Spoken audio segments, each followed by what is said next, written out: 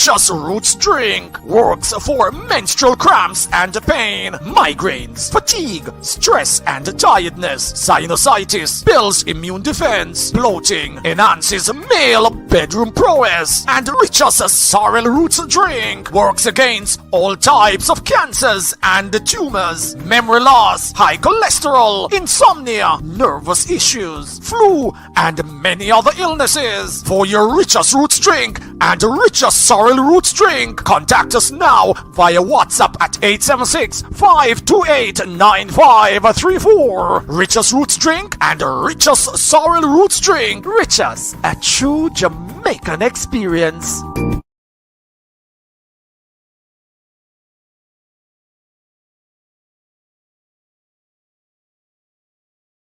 Your style and your flavor make the city rock. They must say the season come out with a bang. Coach Minzy, best round here. Remember that.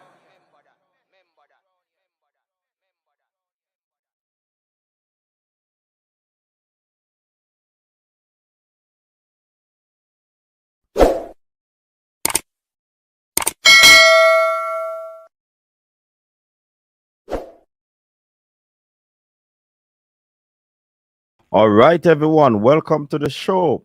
We have our guest already here in the waiting room. Just gonna do a little preliminaries before we bring him on.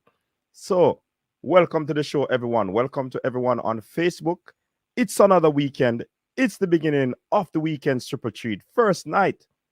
And we have a special guest that will be joining us, George Davis, executive producer of Sportsmax. People, I want you to welcome George to the show. Yeah, but before we do, get him on set, I'm just going to encourage everyone to like the stream, people. Like the stream. If you're new, subscribe to the channel and become a part of the Coach's Desk. This is where you get your sporting experience. And tell a friend to tell a friend about us. You know what I mean? So welcome again, everyone. I see the comment section is all active already. Many persons are on. Of course, you know the golden rule. Please like up the stream, everyone. Like up the stream.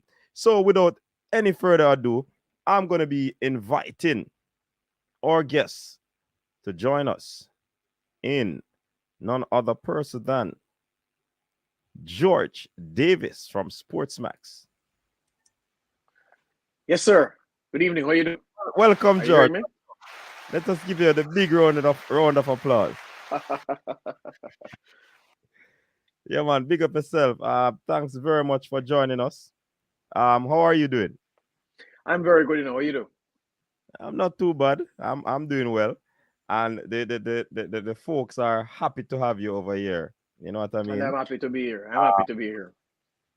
I must tell you that you have a nickname already from way back. Yes, that name is Pink Watch Boss. All right, then I'll work with that. All right, cool. So yeah, people, you can refer to George as the Pink Watch Boss. Let me tell you how that name came about. I think it was in the time of Mikel Antonio and the comment you made about Mikel, and at that time you were wearing your pink watch. Yes. So the people just call it the Pink Watch Boss. You know what I mean? Watch boss. But again, it's good to have you. Yeah, good to have you. How is it going? You said that you're well. Let me kick off things, George, with the new wave of new media that has taken us by storm via the social media. What are your thoughts on that? Well, I think it gives. Look, remember that when we were children, watching television used to be. It was appointment television, meaning 7 o'clock the news was on. You could only watch the news in one place. Everybody gathered in the living room, or if you had a TV in your bedroom, you watched it there. If you missed the news, you missed the news. Mm-hmm. And then when it developed further from that, media was controlled by the usual suspects, the usual names, the brick and mortar people with the experience of having been there. And so everything was controlled access wasn't readily available. And if you had dreams of broadcasting your own show, or you had dreams of working as an analyst on whatever show dealing with whatever subject matter caught your fancy, or in which you felt you had expertise, your opportunities were severely limited. So the explosion in new media now has given a voice to many people who would otherwise have been kept outside of the conversation. And I think that that can only be good for the development of a culture of critique, which is different from criticism. I mean, we don't need any help where a culture of criticism is concerned. That's what we specialize in. But a culture of critique, and the kind of critique that the new media brings and the kind of opportunities that it creates, it adds to the fabric of the sporting fabric, where they're dealing with matters concerning the economy or governance. It just really adds something and adds a dynamic. It creates many more entrepreneurs, many more opportunities for persons who wouldn't have their voices heard, now have a platform. And I think that it is to the betterment of the vocation of journalism and broadcasting that new media has served to create these opportunities that people like yourself are feeling. Yeah, man, and big up yourself. I must say, people, that I met George in person at the character games, and trust me, he's a cool person. Yeah, man, very cool person. He's a humble individual, from what I gather. So that's why he's over here. You know what I mean? It was a no-brainer. He readily accepted the offer to be here, and we're gonna talk football. We'll be having a football discussion. We know your time is limited, but you know, George, I must say, sometimes when you come on the show and the conversation nice, we might go over the allotted time that we agreed on. All right. So we kick things off with the whole new media, and I guess that the whole press association and those folks would have accepted the reality that is taking place. Let us talk about the Reggae Boyz. But before we jump into the Reggae Boyz, what are your thoughts on the whole operation of the Jamaica Football Federation? The JFF. The JFF has never been perfect. Some people behave as if there was a time when the operations of the JFF were perfect and it was serving, it was all serving, and it had its finger on the pulse of football and was meeting the needs of football stakeholders, great and small, island-wide. I mean, there's never been a time like that.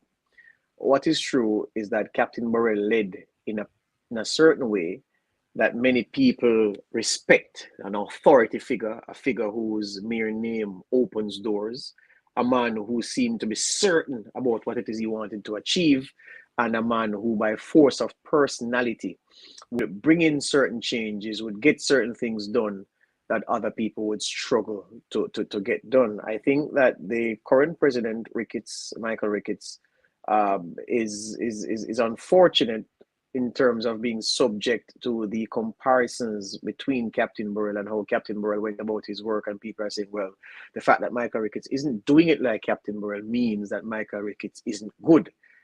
That's not clever thinking. That's not smart. What is true, though, is that the quality of the administration does leave in some areas a lot to be desired. And it's not the Captain Burrell fact that is being used to fry this administration and produce the kind of outcome, the kind of finished meal that we're talking about in terms of the administration leaving a lot to be desired. I think that the JFF, if you look back at the World Cup campaign, the failed World Cup campaign, there were many things that we could have sorted out earlier in the cycle that would have given Theodore Whitmore a settled team to work with. There were issues that we could have done without the wrangling with the players about wages and benefits and the remuneration and everything. Remember the mutiny almost led by Andre Blake and company.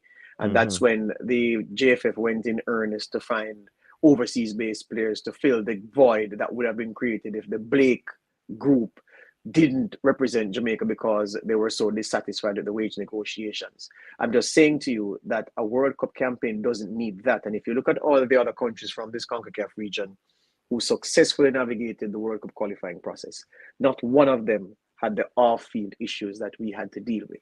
that has to be the fault of administration. If that part had gone well, then administration would have been due praise and would have been given praise by me. But the fact that that part wasn't handled well, it is clear that the administration did not get that part right. And I think that that severely undermined the World Cup campaign after that. So to answer the question succinctly now, fact is that this administration, I think it has potential. I think it can still do a lot of good. There are people there who can do the job that is required, but the administration has so many sins against it in terms of how it failed to administer and to do the administration necessary at the start of the World Cup cycle, especially that, you know, it's hard to defend them against those who criticize them and say, boy, they're in over their heads. And it's also hard to agree with you in terms of the persons are there who have the capability to do the job. But why would you have the capability, but your governance is not leading down that direction? And that's the thing. You see, sometimes it can be, all right, remember now, the way Captain Borrell led, and we have to use him as the example. Yes. He has recency bias and everything. The fact is that he was successful in many things. There were things that he could do as president unilaterally that this president can't do, given how the JFF's structure has been hammered out. So, in terms of decisive action, there are procedures that have to be engaged. There are steps that have to be taken in sequential order. So that delays decision making, and sometimes delayed decision making is almost the same as no decision being made. Absolutely. So you have to make an allowance for that. But you ask a question that is the age-old question. It's just like in politics. You know, many good youth, bright youth, bright people, men and women, youngsters who go into politics and then they're not performing. Then you hear their name called with corruption. Then you hear that they're engaged in. So you wonder why someone of this quality, why somebody with this grounding can't seem to cut it in politics. Why are they ineffective? It's the same question asked at the JFF. Why do people who appear to have the tools to do the job, why are they not successful? And it's a question that we'll continue to ask until Thy Kingdom come and leave and come back again. All right. I can understand what you're saying there. But Topper in or Topper out for you when that was around? I was disappointed when he left, but I could not credibly argue. It would have been difficult for me to stand in the face of the results and the performances and say, boy, Topper should stay. I was disappointed because I wanted him to be successful. And then in my analysis of the situation, as I said to you, he was not dealt a fair hand because things that were outside of his control in terms of assembling a settled squad to say, gentlemen, this is the pool of 30 players that you're going to have to work with. We have drawn players from here, there, and everywhere. This is a pool of 30. Make what you will from this pool of 30. He never had that at the start. This week he got 4. Next week he got 3. We played Panama, which is one of the worst football games I've ever seen a Jamaican national team play. On the eve of the Panama game, he got 3 or 4 players that he had to start in the Panama game.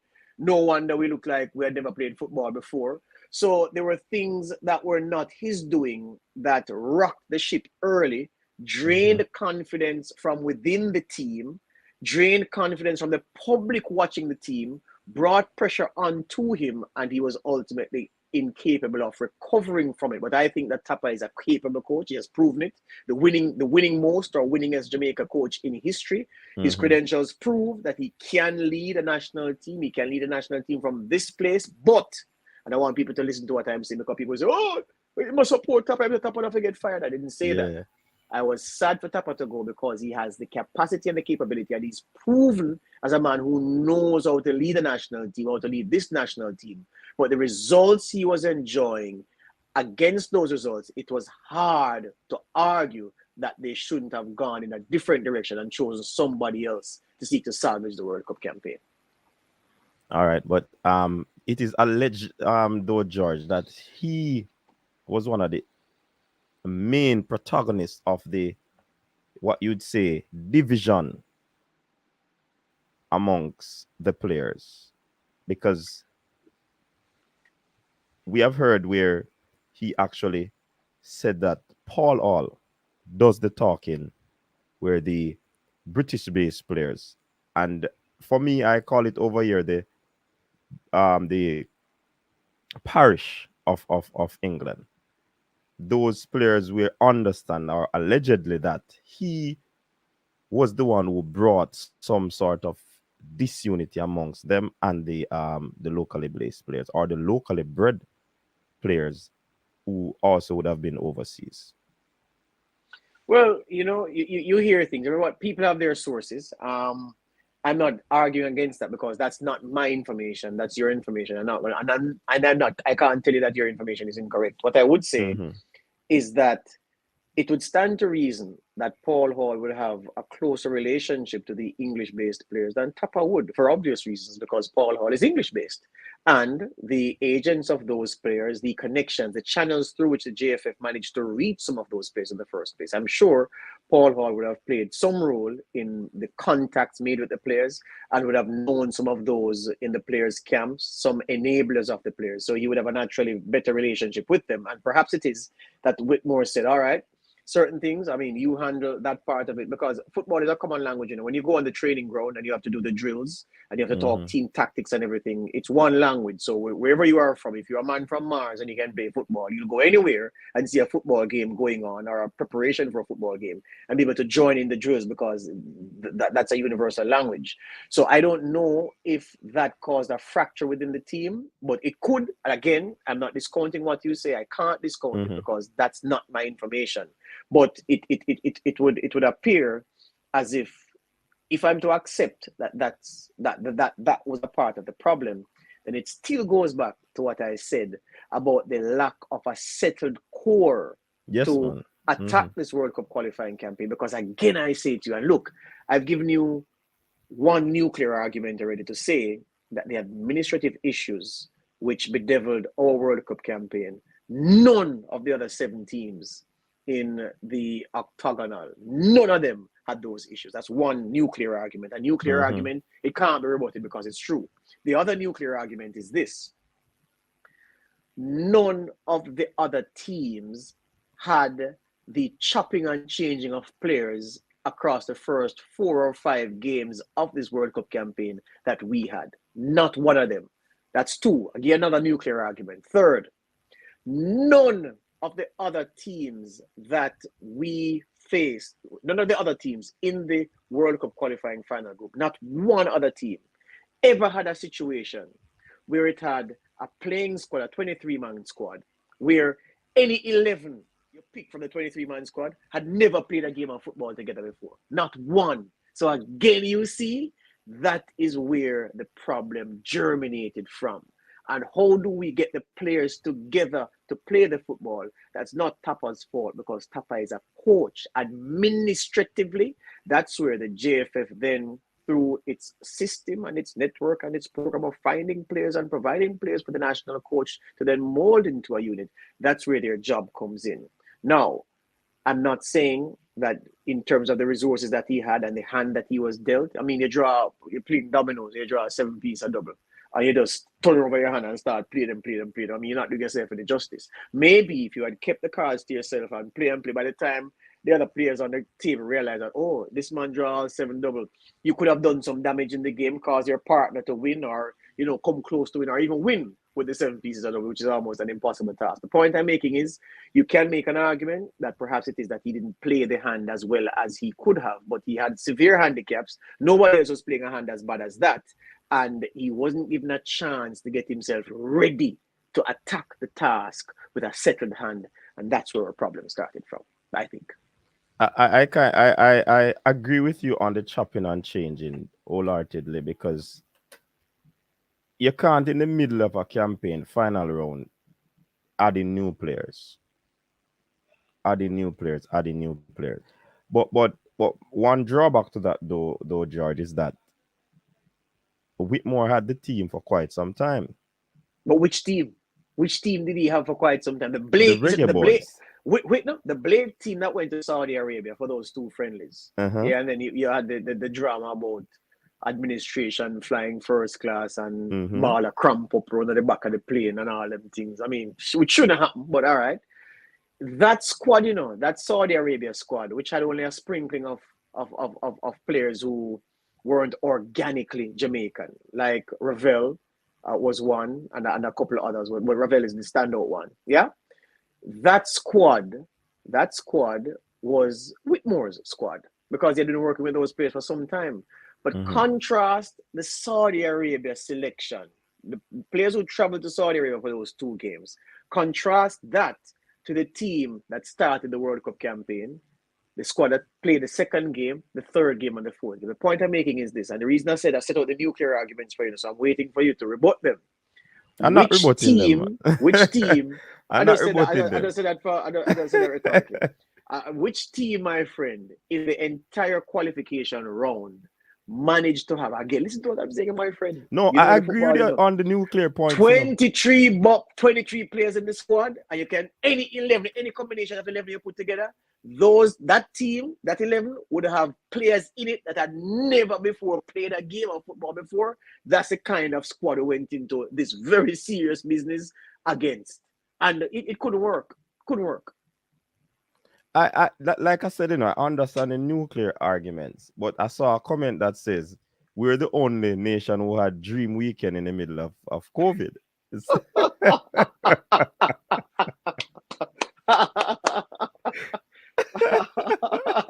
So that man.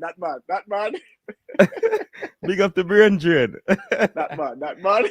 But George, I understand the fact that the team was chopping and changing. So it would tell me then that the coach had no say, no argument in his selection. However, we were told that a pool of players were selected and the coach has the autonomy to actually pick from those or that pool of players. However, that wasn't the case. When we had to go back for Javon Watson Bridging, that shows that something is fundamentally wrong. When we play a player in Mexico and you don't see him again, I think what's his name? Williams, he played in the Far East. I can't remember his name right now. Then you don't see him again. Norman Campbell, you don't see him again. It was just, I understand that the chopping and changing, but was it totally on the JFF or the whole selection of the players? Because, like I said, I believe that the coach and every coach, to Romario Williams, yes, every coach has their players that they believe will get the job done for them. You know what I mean? So separate and apart from that. But if you're playing with a particular player and you use players that you believe that are better, or I don't know if you believe, but it seems as if Coach Whitmore would have talked to some players that I would say possibly fell short. There's so you're saying, I'm just paraphrasing you, he trusted some men who let him down. I can agree with that. I can agree with that. That's essentially what I'm saying. I can agree with that. But here's the thing. Here's the thing too. A player plays well in a game, or you think he did decently well. Well, he did decent, okay? Not decently well. He did decent in a game. All right, fine. That player remains with the squad. One of the things that we do rather, as commentators and as fans, we're all guilty of it from time to time, is that sometimes when we look at a game and see how a player functions within a unit, within the collective, then the next game we don't see the player in the starting 11, or maybe we don't even see the player on the bench, or the player is on the bench and doesn't take to the field. And we say, yo, but that man did play so good until why coach don't use him? We forget something significant, and that's something that we forget is how well did the player train in the time between the previous game and this game. So so you always fall back on the point that, no, but him play good the last game. Yeah. So are you saying that because he played well the last? When I say you, I don't mean you. Yeah, man, I know. So because he played well the No, last but game, I would pick him. and there you go. You, my friend, would pick him. Mm-hmm. Many other coaches ever said no because you have to build on what you showed me. So the other players that I retained in the team from the last game that you were a part of that I picked, but I didn't pick you. Those players in training showed me what I wanted. You didn't show me because you are saying, well, coach, the last game I played well enough, so that seals my place in the team. No. And the top coaches will tell you, look, my friend, if you ask, well, we call him known at Sportsmax. At Sportsmax, we have nicknames for a lot of players. For instance, we call Romelu Lukaku, we call him Roddy Spencer. And we call him Roddy because of there was a thing in junior school challenge quiz where they put up his picture and asked the students to identify the player on the screen, the person on the screen, and the people said, Roddy Spencer, so he's Roddy, yeah? Sterling for us, our boy, Raheem Sterling, we call him Gaza Man down here, right? So if it's a Gaza Man, they're talking Sterling. So Gaza Man will tell you that at City, he plays one game well. He scores 2 goals or he scores a goal and he's brilliant in the game. That doesn't mean the next City game he's in the team, you know? Because Pep will say at the press conference, they say, well, post-match press conference for the game after. So why didn't you start Sterling, who scored twice for you, so and so and so? Yeah?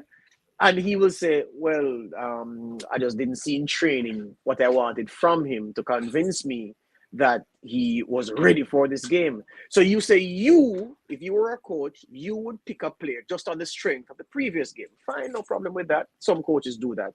But there are many coaches who will tell you, no, the player didn't prepare well, and so I bypassed him. I went somewhere else. And sometimes that will happen. Else. Sometimes that will happen based on the opponent that you're going to face. And that as well. So it is not carved in stones, basically. That is true. I think we have exhausted this. I checked the comments and I see that many persons don't agree with some of the points that you're saying. Some calling you not a problem. Top apologist.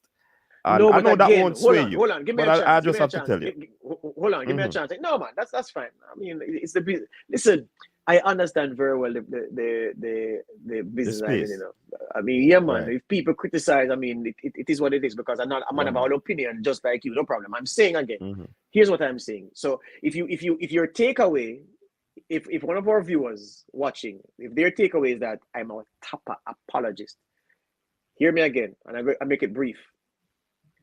I was disappointed when Tapper was sacked because I'm weighing that decision against the hand he was dealt, and I don't think he was given a fair chance with the certainty of squad at his disposal. But when you looked at the results that he got based on the squads he picked and everything, I could never stand in front of anybody and say, boy, he should not have been sacked.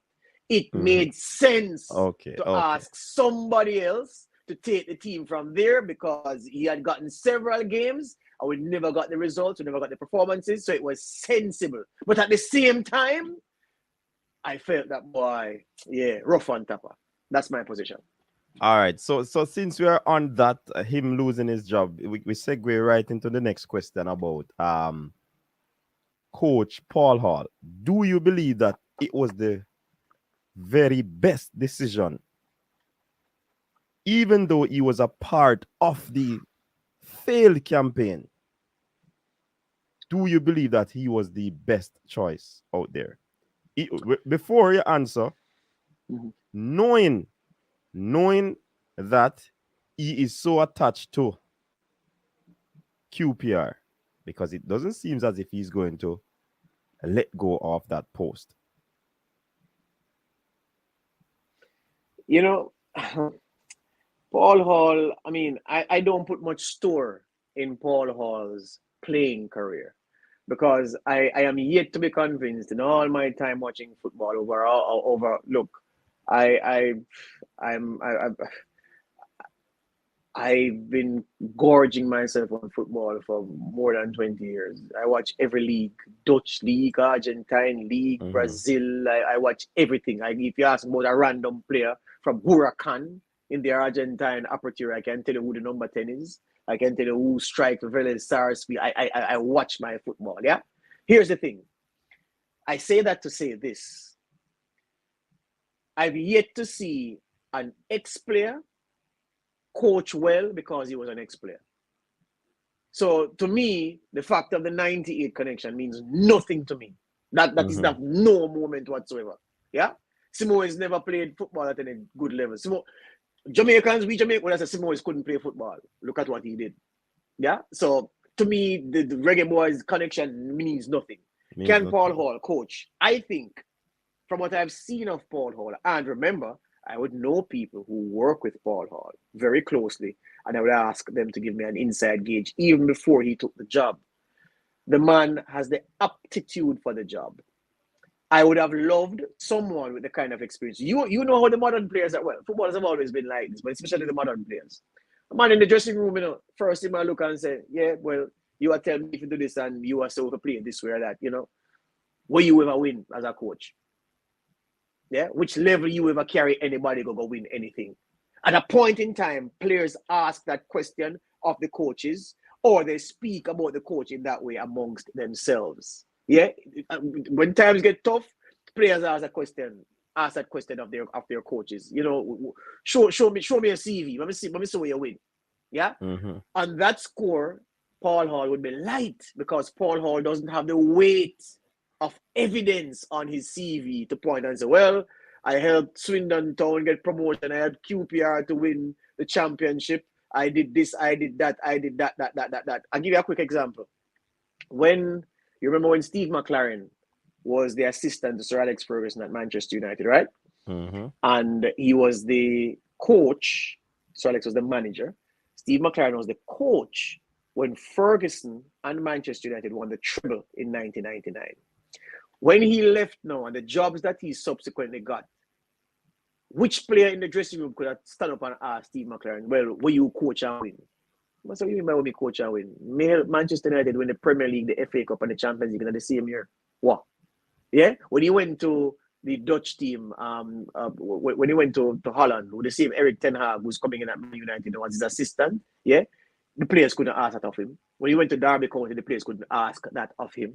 So I'm saying, at a point in time, that question will be asked of Paul Hall, and what will his answer be? But beyond that, I think he has the aptitude for the thing, even though I'd have loved someone who would have been able to answer the question. If even to say, well, we win the Premier League with half of you, or we win it with Arnett, or we carry them go CFU Club Championship and win it 2 times with Portmore United back in the day, or a man like Lenny Hyde. Lenny Hyde has won it. If Lenny Hyde probably would carry a football team going a Jacks game. Just to make the point, I'm saying he's won everything at every level. So you have a man with a CV like that can convince players to follow their way because the players know that they have walked the talk before. Paul Hall may not be in that position, but I wish him all the best. Well, and I don't think it's a bad appointment. Okay, cut Paul Hall some slack though, because when Coach Whitmore was appointed, he wasn't an A licensed coach, neither a pro licensed coach. So I say that to say possibly have to cut Paul Hall some slack. Hold on, George. I'm going to cut him the slack. I'm going to cut him the slack. But here's where again. So this is what we started with this point with about your status. The fact is, when Whitmore started coaching on the youth, them say Whitmore, I say, yo, general, listen, you understand? True. I don't know. Paul Hall was a good footballer, but I don't know anybody. He was a part of the Whitmore. Yeah, but Whitmore was a general. Whitmore general. Listen, you can't go around Whitmore ball status, And that makes just like how Gerard at Rangers when he went to Rangers. Just give me 20 seconds. Just give me 20 seconds. Steven Gerrard at Rangers had an aura about him because Stevie G, me win Champions League with Liverpool, me win FA Cup, scored the winning goal against West Ham. Me never win nothing in a management yet, but Stevie G. So that works up to a point. No, but George, you made mention of players or ex-players can't do the job. If you survey the footballing landscape, a few of those top coaches enough, George, they have been playing football, but they probably have not reached the heights of a World Cup like a Whitmore or so. But Alex Ferguson used to play, Pep, Klopp. You made mention of Gerrard. No man, I'm talking about top players. Mourinho. We're talking about top. No man, we're talking about top players. Maybe I should have specified that. I was saying that a superstar player doesn't make a successful coach, and so I'm ignoring a coach's playing career because it don't mean nothing. Go again? But Paul Hall wasn't a superstar. What is the point I'm making? Hold on, man. The point I'm making. We're not saying the same thing. We're not saying different things. And I'm saying when a man says to me that Paul Hall as a coach is starting from a good place because he was a reggae boy and he was part of the World Cup team, I'm saying I don't put much store in that because being a good player doesn't equate to being a good coach. And I'm right. There have been many players who've been very good players, who've been very good coaches. But there are more very good coaches who are ordinary players or no players at all. That's all I'm saying. Right. I can agree with the below average players becoming good coaches. But you have a few standouts. Jason, big up yourself for that super chat. Jason is saying Didier Deschamps won the World Cup as a player and a coach. Then you have Zidane doing well with Real Madrid and others. But we don't want to belabor that point. Let's move on to the Reggae Girls. But hold on. We're going to move on. But again, remember that Jason gives me one example.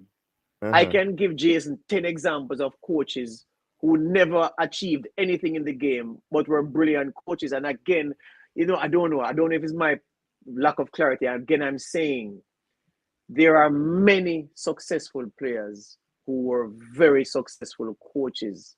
But there are many more coaches who achieve nothing in their playing career and become very successful right. Coaches. So if you could have given me 16 million examples, it doesn't change the point, The players that didn't do well, I will agree with you on that.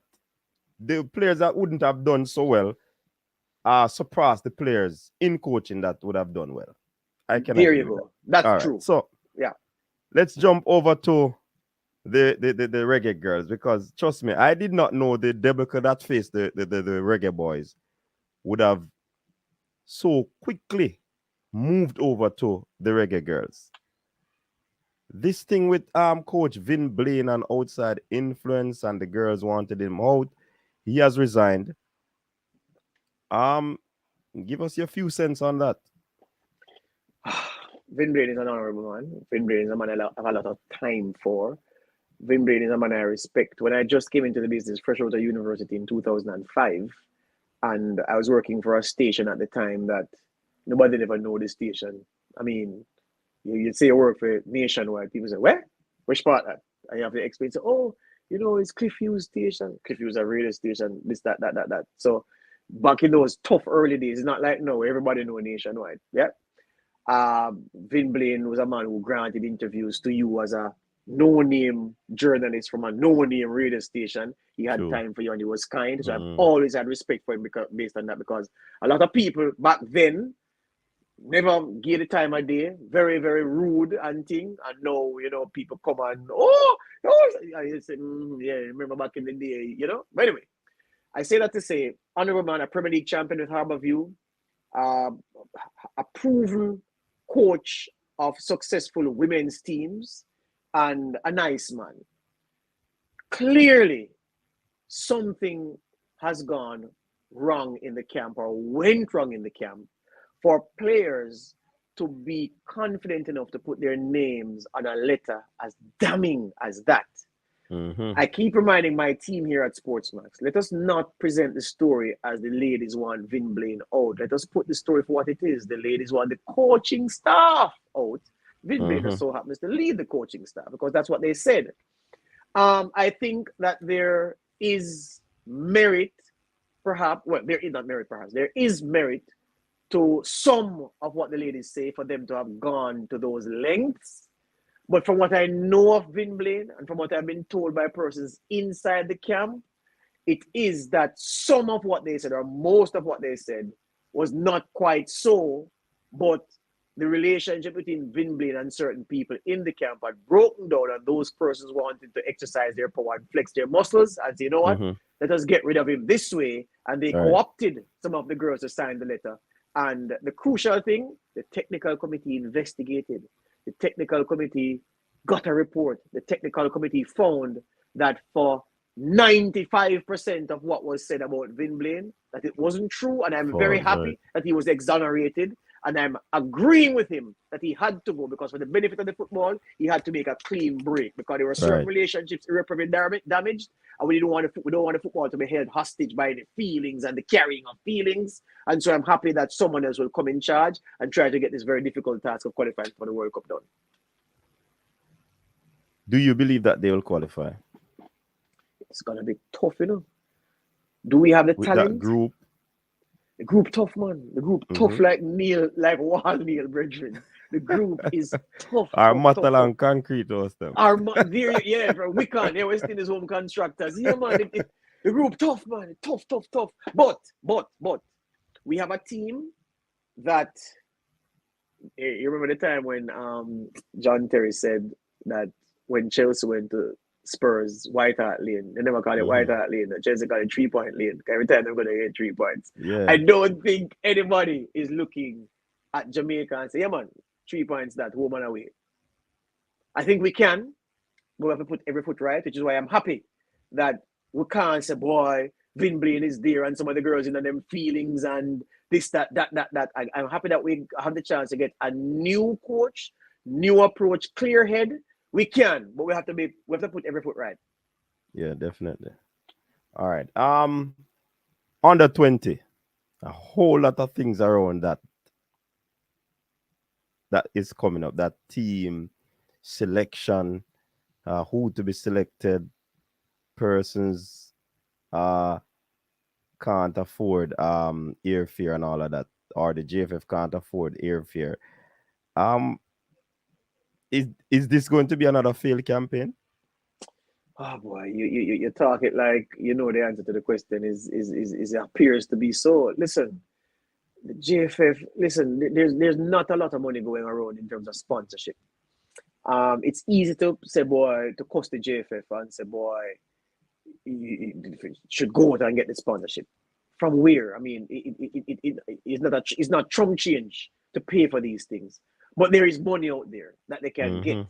And they have to do their marketing so that they're exchanging value for value. What incentive is there in terms of the value proposition for me to take the hard-earned dollars of my company, my shareholders and everything, and give you for what? Who's administering these funds? So there's money out there, I believe. But look, brethren, well, you know it. Listen, we have some rotten baller at the end of 2011, you know? We have some youth. If England had what we had, if Scotland had what we had, I'm just talking about the UK and Wales, Northern Ireland. If they had this kind of talent, you know, they'll be talking about a potential golden generation. You know. As ever, I don't know if at any time in your footballing life, if talent at the youth level has ever been a problem, where you look upon the talent at the youth level and say, boy, no ball in a day in our country. No young ball in a day. I don't think anybody can ever say, boy, there was a time when we never have no baller. We have baller. But administration has to help and they have to get creative, brethren. Government have no money to give football, and I don't know which. Hold on, George. Hold on. Yeah, go on. What you mean them not the money and water house and something to get money figure or something there? What? Figure the Conquer Cup Waterhouse and Cavalier get chump change. That's what I'm saying. What Waterhouse and Cavalier got to help them with their CONCACAF duties in the Dominican Republic, that's chump change compared to what the under 20 will need in terms of designing a program and funding that program. It will cost money to design the program. It will cost money to implement the program and to do all the things to make the boys, put the boys into an environment and into a space that put them on equal footing in terms of support as the teams that they'll be jostling with for qualification places. Make no mistake about that. So, all right. Yesterday, the sports minister announced, I think, like was it 6 million? I don't want to quote the figure incorrectly. Like maybe our 1.8 million for the netballers for the upcoming World Cup qualifiers in October. Yeah. I mean, brethren, $1.8 million monkey money. Yeah, that's true. For hosting a tournament. Exactly. So I'm saying, yeah, for what Waterhouse and Cavalier got to split, I think they got $10,000 to split. Oh my goodness. Hold on, let me do it for my calculator, just to make sure I'm right. 155. I can't do it in my head, you know. I passed AdMaths in high school. 155.52 times 10,000. Yeah? 1 million. See, they got about 1.5 million to split. Oh my goodness. That can't even start to put 2 dumplings on the fire for the youth and some curry chicken. So it needs real money, brethren. It needs real money, and that's why you have to get add 2 more million than that, because I think it was 12 million. 12 million, they split 12 million. All right. Yeah, I think it was 12 million. No, man, never so much. 6 million each. All right. Hold on. But it's still a monkey. Me just try to get the correct figure, but that's still a monkey money. money. That's the point we're making. That probably put 2 dumplings, but it's still like 1 more dumpling. There you go. That's the point. It need real money, brethren. It's going to need much more than that. But George, is it a situation where they don't trust the JFF? Let me ask you the question now. Corporate Jamaica. Let me ask you the question. Yeah, the corporate. If you were a corporate Jamaica, you'd trust. You would. All right, George. Hey, I want before they get to the answer there, though. But George, you made mention of the talent that is here in terms of the under 20, but we have some more additional talent who would have pledged allegiance who are in the parish of England. Do you think that these players' addition will bolster the team more so that we can, put more pressure on those teams that would have, been putting the pressure on us in recent past? Let me answer the question this way. If we have additional talent at Goat Island, bring them in. Which is why they're going to need the money. Hold on, say that again. If we have additional talent at Goat Island off the coast of Jamaica, and off the Pedro Keys and all, bring them in. I don't care where they are. Bring them in. Because our problem is not bringing in players and getting them in. It's when we bring the players in. And the kind of system that we bring them in is the timing, man. Yeah. Timing, man. Hey, mediocre and unprofessionalism. Can't work, Yeah, man, the little Brazilian man shows it. Remember, as I was saying, Lance and I were talking in the office the other day. I said, Lance, if it's a 98 World Cup campaign, how many times the Reggae Boyz went to Brazil to train? The core group. About 2 times in Brazil. For about 3 weeks each time. That's invaluable. Simoes' favorite word was chemistry. He couldn't even say chemistry properly. Chemistry. He killed it with chemistry. I said, brother, they talk about chemistry. That's what took us to the World Cup. So I'm saying, yeah, man, I love science. So wherever the players are, bring them in, man. Bring them in. Yeah, man. So people, I see that question floating around, to ask George what are his views on the quota system. So I'm gonna have to ask him again. Bring them in. Get to the answer. Bring them in. The best players should be playing for the Reggae Boyz. Agreed. You know what I mean? Doesn't matter. Timbuktu, anywhere them come from. But you see, the local players must be given a fair chance. Because right now, my ball in the JPL, Nikolai Christian. I see a Reggae Boyz team announced. I think they're playing Catalonia. I'm going to say Christian name. I start with a small fire. The next proper squad call for the Nations League. The Nations League games are in June. People are going to hear me more loud. Yeah, I like local-based players in the thing. And I feel local-based players sometimes, it appears, they're going to get a fair shake. But in general and in principle, Jamaican players, however you're connected to Jamaica, wherever you are, yeah, man, come, man, and try to help the thing, man. CC Sports Love, big up yourself. But he did say that before the question was asked. He did say anywhere the player them come from. And the man said Goat Island. And I'm making him repeat, Me hear what I'm saying, But for the purpose of some of the folks in the comment section, I asked him to repeat. You understand? But George, somebody saying let the coach decide. Of course the coach will decide. I believe if it's possible, and you can get them in a camp, or get them for a few days or whenever, a week or two, and then you sift through local, anywhere them come from, send out invitation and bring them in, and then you sift through. So whether you're local, whether you're international, meaning outside of the island, the coach will make the final analysis. The coach and his team, and then decide who the best players to go. Agreed, forward. 100%. So you're the comment from that contributor is that let the coach decide. Yeah, man. Which is why we need the money to keep the camp. Hey, camps cost money. You know? You think you think a $5,000 pay for man fly from wherever, put him up wherever, have medical assistant and medical facilities and food and this and that. It costs money. So yeah, man, bring them in, keep the camp, and the coach will say, coach, we're bringing together a pool of 30 youngsters. Yeah. We have 17 local base. We have 13 from foreign, and we have 3 from foreign, 27 from local. At the end of the thing, at the end of the camp, tell me who you want to work with, and we'll move on. That is the thing. So yeah, man, agreed. Yeah, man. All right. So we agree on that. But the police, them did a circle for you still, but they look like them have to call off the circle, you know?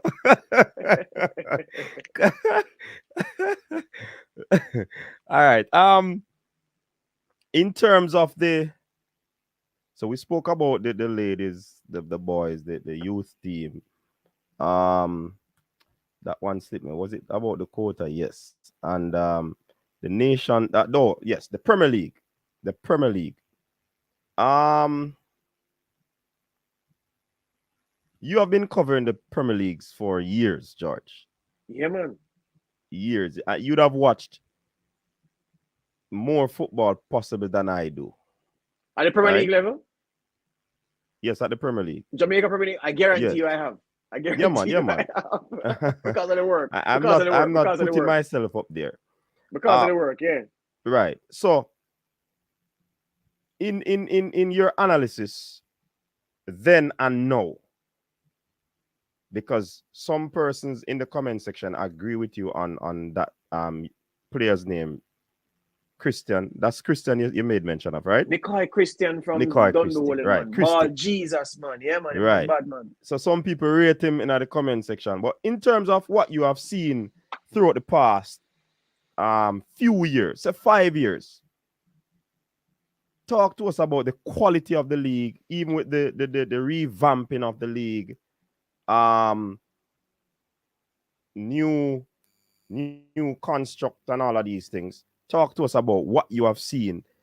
How can the league improve? Maybe probably, I'm going to save this other part because this is a different. I don't want to jumble the questions. I'm going to ask you one question at a time. Tell us about what you would have observed from the league so far in recent times. All right. So, we're coming from Sportsmax has been covering.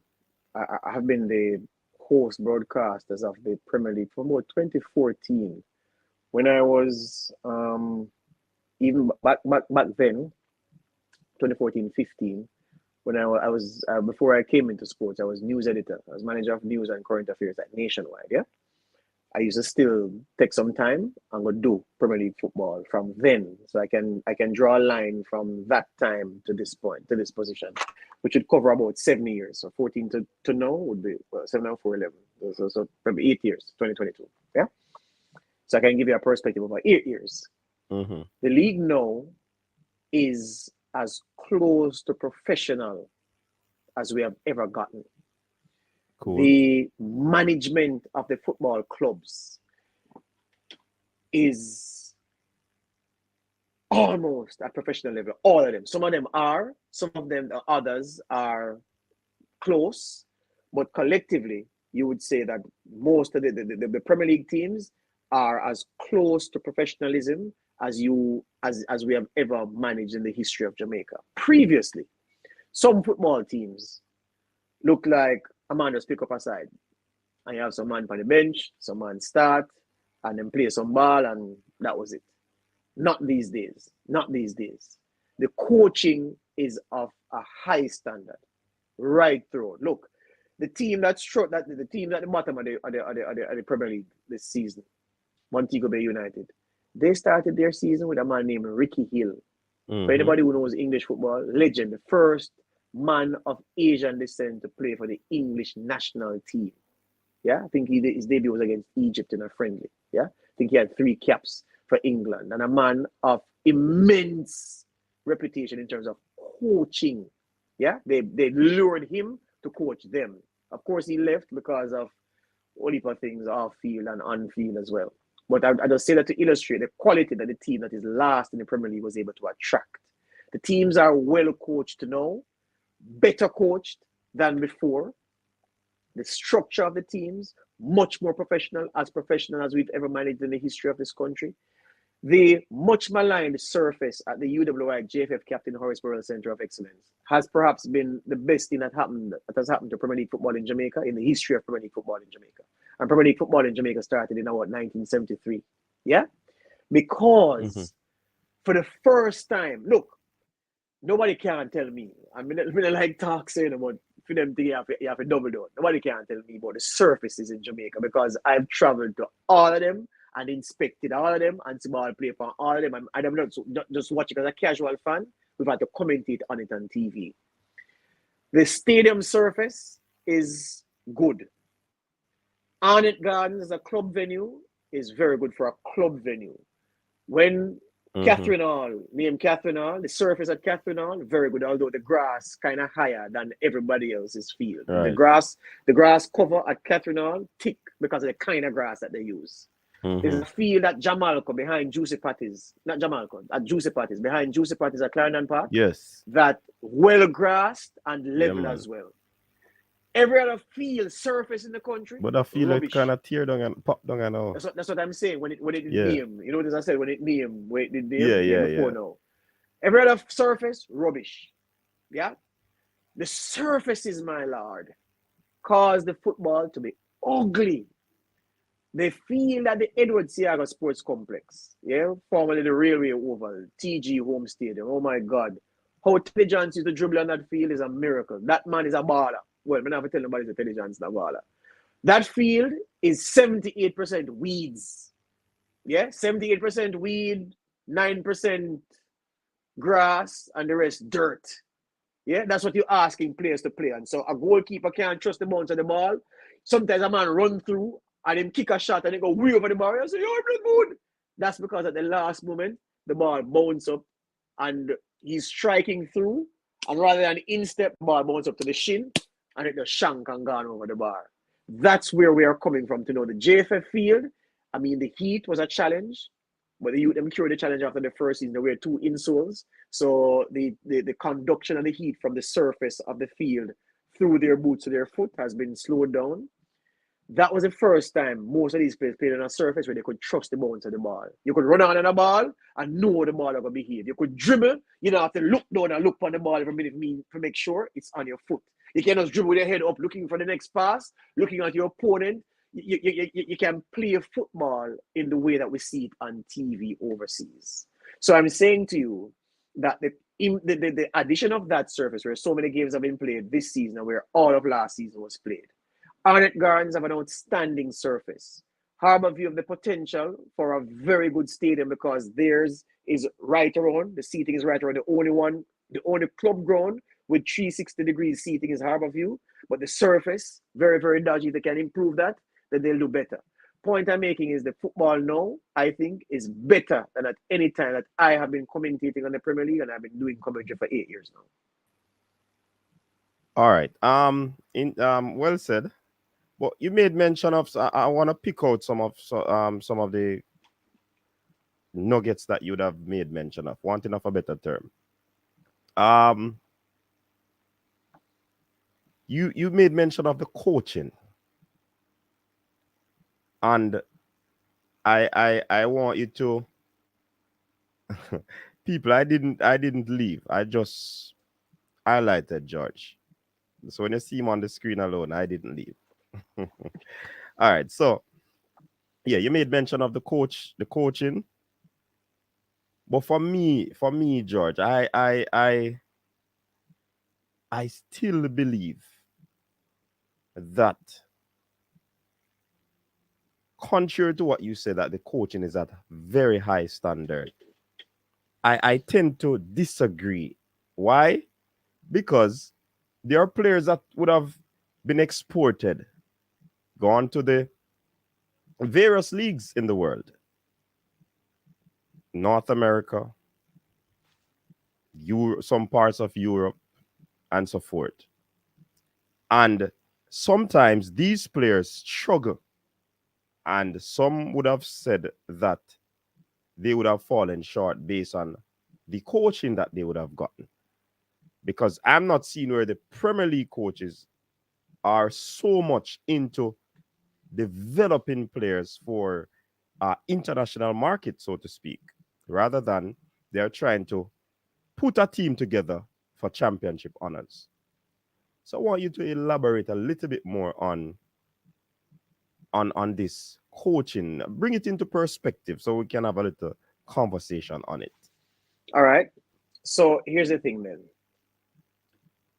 Some of the players that you see in the Premier League are coming from high schools where a man pick up a side, he might star ball on the side, him help the team to play well in the Manning Cup or the Da Costa Cup or the Walker Cup or the Ben Francis Cup or the Champions Cup, and him find himself in a Premier League team, and he will tell you that that's the first time he's been exposed to a real coach. No, if that player after a season or 2 seasons under that coach goes overseas, clearly that player's fundamentals are not going to be as strong as somebody who come up in the Ajax Academy or the Genk Academy who get formal coaching from them at 6 years old all the way up to the point where they are 19 or 20. You're going to play at 2 different levels. And a Premier League coach is not going to do the fundamentals in the same way that if you find yourself in grade 11 in a high school system, who is going to be sitting with you teaching you algebra? Yeah? A plus X equal Y, or Pythagoras theorem. The square and the hypotenuse is equal to the sum of the squares of the other two sides. A squared plus B squared equals C squared. Because people expect that you'd have had that fundamental lesson from grade 7 and 8 and 9 where the foundation is laid for higher. So you can't blame the fact of the struggles of players overseas on the Premier League coaching, because it's not as if the players spend a long time in the Premier League and then go overseas. Most of the players spend a short time and then go. That's one thing. The next thing to consider is this. It is hard for a Premier League coach to make an impression on a player with technical deficiencies but clearly talented. Yeah, in the time that he has that player, because still, remember, we're not professional yet, fully professional. That's where we're wanting to go. It is hard for a coach to make an impression on a technically deficient player in the time that he has that player. If that player comes to training 2.5 hours, 4 times a week, and then plays on the weekend, but in between coming to training for those 2.5 hours per day, the ball I work as security guard at NCB, or I work as cashier at KFC, or I work at one call center where him work a shift from midnight till what time? Midnight till 8 a.m. I didn't get to sleep. Yes. Well, I do a time and a half because him have 2 youth and him baby mother war with him and him have to get in some more hours because you get what I say? Yes. The youngsters in Europe who they go to play against, or the youngsters who come over from South America or wherever, they're in they only go play football and they're going to training for hours per day while a man tired from the long shift at the call center, or him security guard work, or him work the pump or one gas station in a town or a Clarendon or Mobile or out of East or wherever and him go training. So you can't blame the coach for not being able to iron out deficiencies. Remember what I said, and this is the other point now. I never said that the coaching is of a high standard in a vacuum.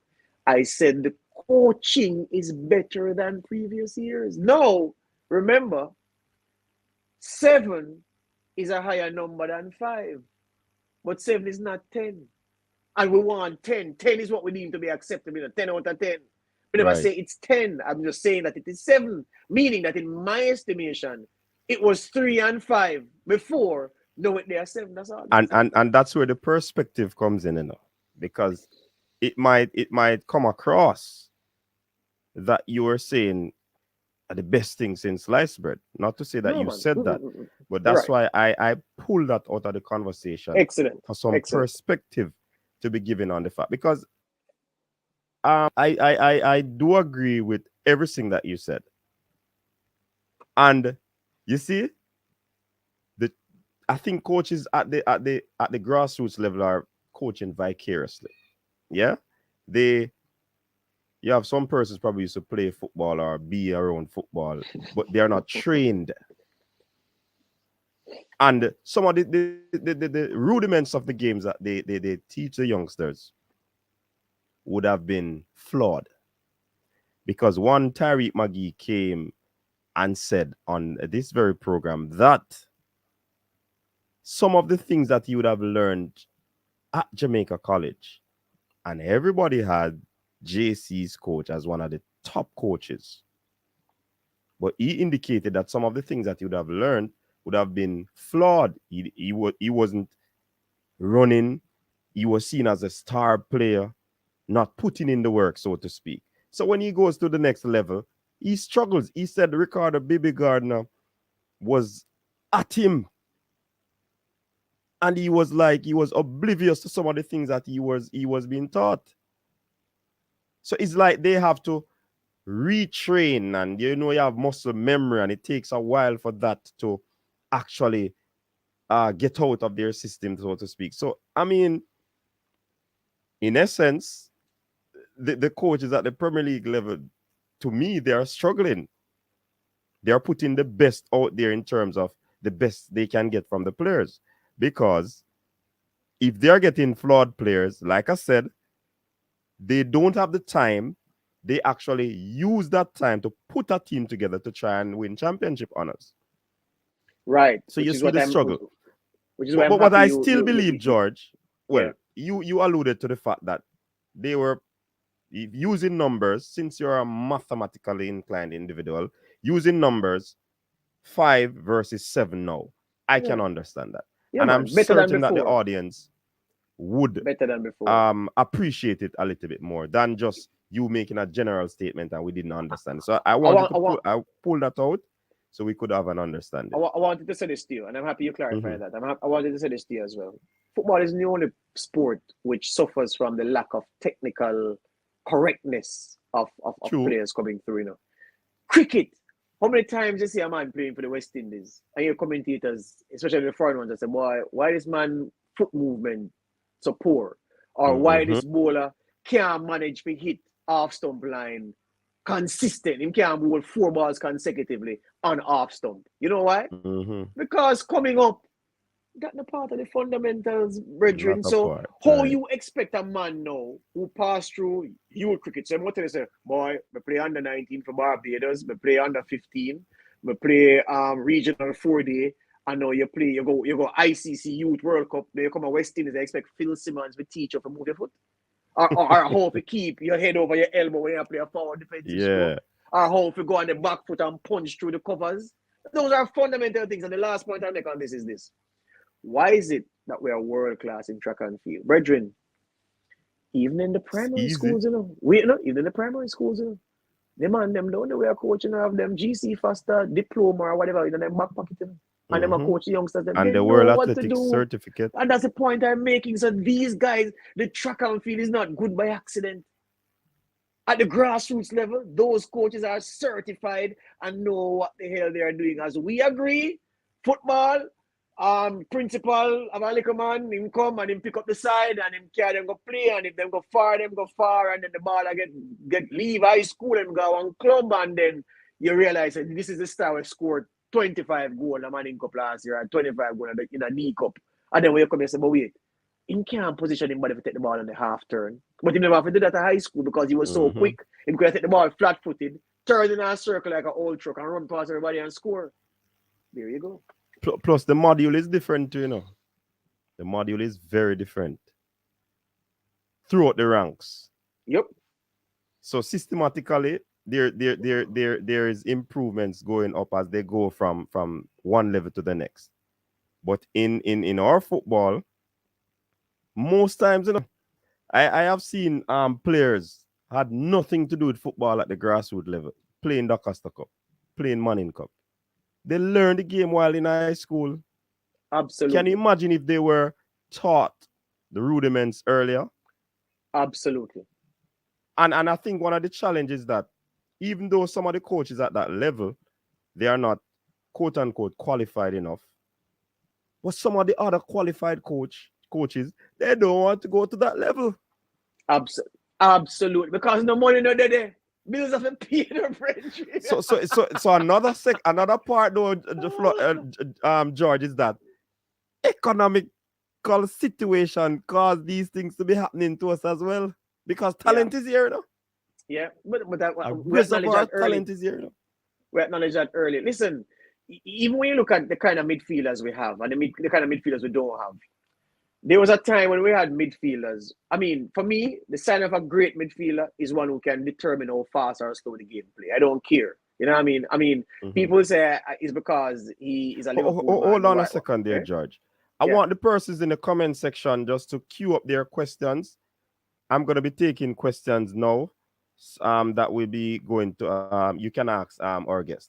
So queue up your questions right now. Thank you. Sorry about that, George. Go ahead. Yeah, man. The kind of midfielders that we're short of, the midfielder who can control the game. Listen, it's a skill that has to be taught. Who is teaching a youth at Colts or Pepsi? Yeah?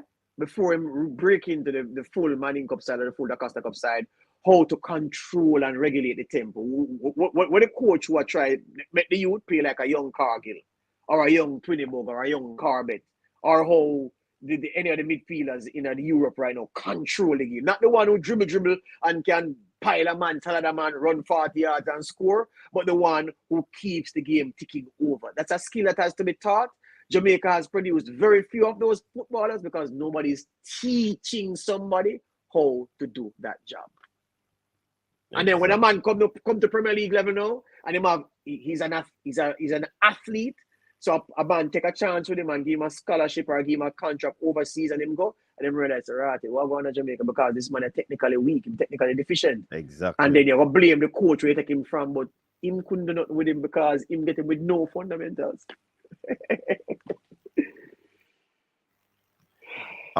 Somebody's asking, CC Sports Love, big up yourself. Why with better coaching we can't get another Bibi, Pepe, Fuller, Tapper, Shorty, Teddy, and the list goes on? Well, all right. So when you look at, let's start with Fuller. Yeah. What Ricardo Fuller had out of Camperdown, I remember he was a very good player at Camperdown, but was no superstar at Camperdown. I mean, if you ask people what the greatest footballer in Camperdown history, and Ricardo Fuller is my brethren, like, so in fact, I need to message him about something I ask him about. Yeah? Nobody will tell you that Bibi, that Wiley Boo is Camperdown's greatest ever footballer. There's only one man in that conversation, and that is Maxwell. Yeah? So, but Fuller went on to have a career, of course, second to nobody in terms of what he did in England in the Premier League. Fact is that there is talent like that who, if you gamble and take a chance with it, you could mold it into what Fuller became. There are players in the Premier League. Listen, there's a player in the Premier League called Ronaldo Cephas who plays for Arnett Gardens. Let me tell you this. If that you don't make it, I don't know who, I don't give up on football. The youth have everything. He's two-footed. He can kick with both feet. He can dribble with both feet. He is tall. So he's not a man who can bump off and ball. He have size. Him fast like gunshot. Yeah? He can head. Yeah? And that's a player that right now on this day in sports shouldn't be in Jamaica in the Premier League. He should have been gone. Someone should have taken a chance on him. I spoke to at an interview with the opposition leader at our office yesterday for another program that I was doing. And he said that there are some offers that they have for him. So maybe he's going to be gone in a short while. So all the players that you named, there are youngsters here with that base talent like them who, if a coach gambles on them, they could mold them into something like Bibi, like Wiley Boo, like the other players that you mentioned, or they could be even greater than them. So that's how I answer that question. Okay. What are your thoughts on a national football academy? Need one, man. We need one because, brethren, that is the way we're going to get a Jamaican identity. Listen, from my born in my 30 odd years, I can never, and I have never seen something that me say, Reggae Boyz philosophy. That's the Reggae Boyz. If you put Jamaica in some white t-shirt and play them against another national team, yeah, in a black t-shirt, and you never know the players when you come and you look at them, you shouldn't be able to say, oh yeah man, the team of the white of Jamaica, because see how them play, right? That way. We need that. The only way we can get that is with a philosophy at an academy that filters up. Yeah, that is replicated at the higher levels. So yes, we need an academy, but it's going to cost a lot of money, and apparently them people are not good at raising money. Yeah, man. All right, this question from Chevron Peart. Why isn't the big media houses like one that you represent, Sportsmax, not pushing pressure on the JFF? In other countries, the media hold their federation accountable. It seems as though you are easy on the JFF. No, man. When you say put pressure on the JFF, I'd like it to be specific, because the better question to ask is, what is Sportsmax doing for football? Remember, before Sportsmax, a man could have said maybe a one game on the TV now and again. Sports news, himself highlights. Sportsmax is the one that put every Premier League on the TV last season. That put we put every game on the TV this season. And that, for the past 8 seasons in my involvement, has put games on the TV every week. Monday night football. Football never used to play for Monday night at Jamaica. Yeah, we do that.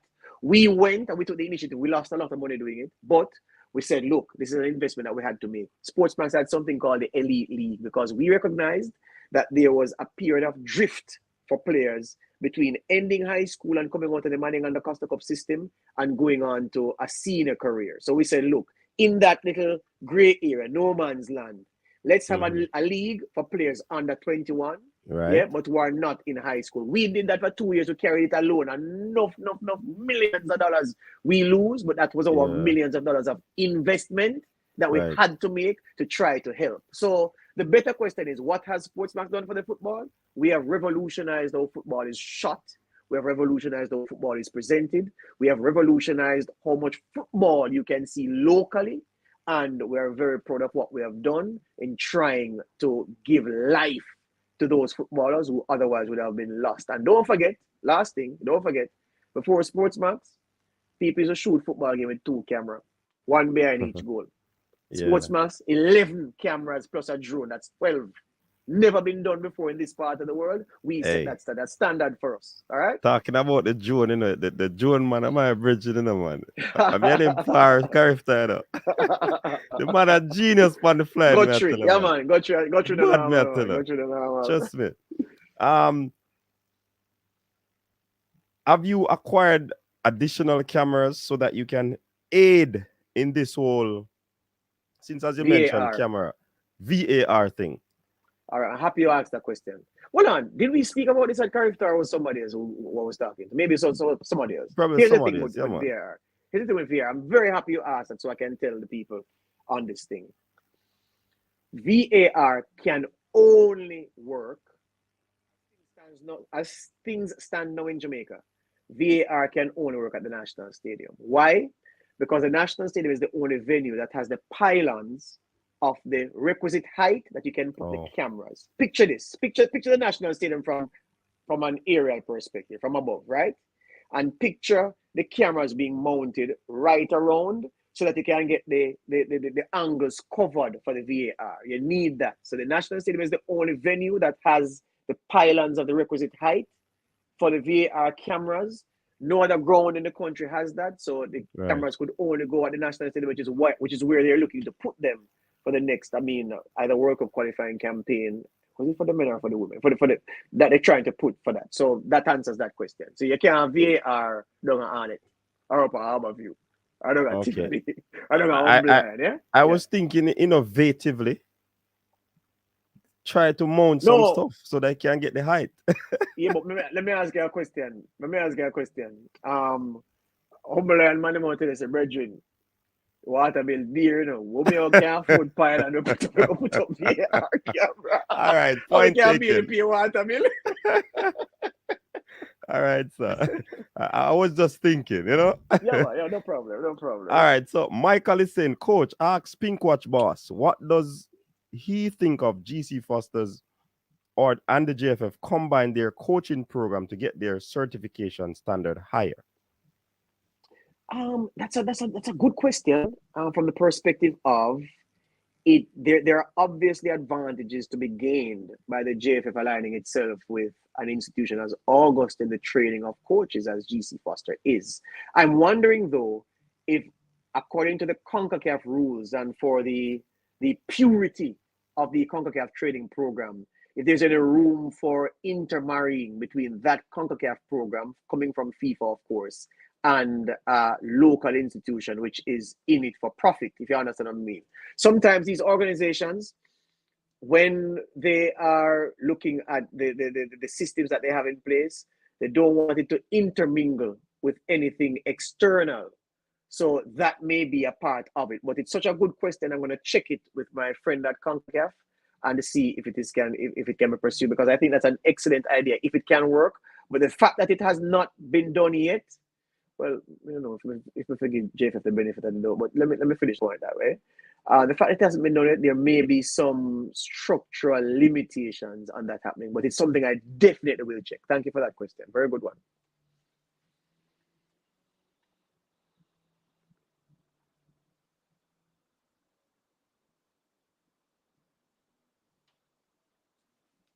I'm not hearing you. What happened? You hearing me? Oh yeah, hearing you now. Sorry about that. Yeah, man, I'm muted. M10 football, big up yourself and thanks for your input. Just an observation, our cameraman at Sportsmax seems to be zooming in a lot on where the ball is a lot, so we can hardly see what is happening off the ball. George, can you respond to that? Well, really? Reggie, me don't agree with that. Because remember, no. Remember, I know. You know, I wish that person could come. Listen, here's what you do. Take the person's contacts. Yeah, man, I know him, I'm a virgin, man. Coordinate, because I'd like to bring him in the production truck and see the bank of TV screens and the director of the how much cameraman. All right, stand by 5, go 5, stand by 4, meaning the camera numbers and everything else.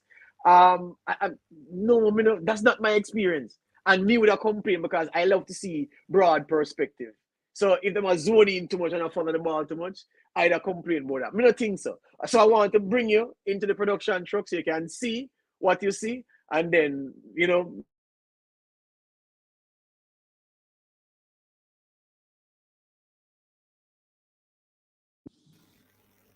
All right, so M10, we have to link up George and go into the production truck. Yeah, man, we need to go into the production show you the truck, man. Show you how I go into the truck. All right. What do you think about having an under 20 competition? That's from Marlon Nelson. Marlon, but remember, Marlon, I was telling you about the Sportsmax Elite League that we carried for 2 years, but too much millions, man. The finance man said, brethren, listen, this can't continue. Because we were doing it alone. And so we had the teams, we paid for all of their gear, their transport, their food.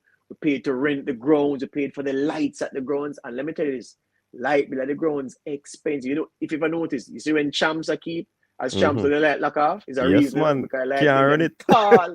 Exactly. So we couldn't do that for more than a year. If we get an enabler, a sponsor, we would be more than happy to do it. But we carried it for 2 years, not one in 2 seasons. Boy, yeah, it did a bleed. So yeah, we never have no more millions to throw in that hole there. I tell you why. Let me go back to why M10 asked that question. He does a lot of analysis, video analysis.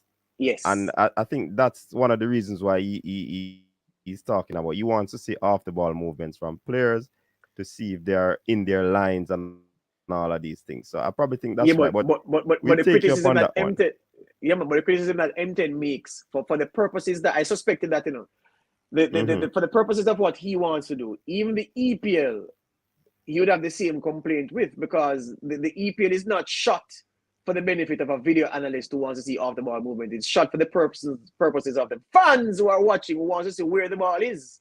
So, you know what? Look, invite him still. You can bring him to the truck, make him so well. No problem. All right. Hold on, I'm not see no more question. Excellent. Oh, somebody say you can try solar. Eh? Yeah. Somebody say you probably can tell your bosses to try solar, you know, so they can defer the cost where the lighting is concerned. No. Good point, but good point because I can correct it. No, remember, you know. All right, how do I put this? What you and I call light under normal circumstances is not light for TV. Yeah? For instance, when we go to Draxall, the reason we count the night games at Draxall, even though they have lights, they have the light pylons and they have the lights. The light isn't, I don't want to use the big word. You know. All right, there's a word called suffuse, S-U-F-F-U-S-E, which means to cover, like with a liquid or with light. Yeah? The ground isn't suffused in light because there are dark patches because the lights don't structure around where it can shine and bright up everywhere. So even though the Draxall man must say, yo, oh, not about light, but look on the light, the place bright, we can't even see the hands on the ground. Yeah, but on TV, it look dark. Yes. The so dark patches will be on television. The light has to be of a certain illumination, and our solar thing don't give us that kind of illumination. So it's not light for me and you see, which is, I mean, every ground have that. Well, most grounds have that. It's broadcast quality light, which are a different consideration. So I'm happy you asked that question so I could provide that information. Yeah, man. What do you think about the UK under-20 players coming on trials?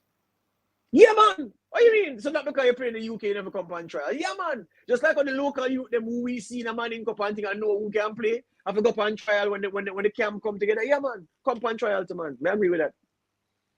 Okay. All right. Michael is asking about the subscription package for Sportsmax in the tri-state area. They are complaining about that.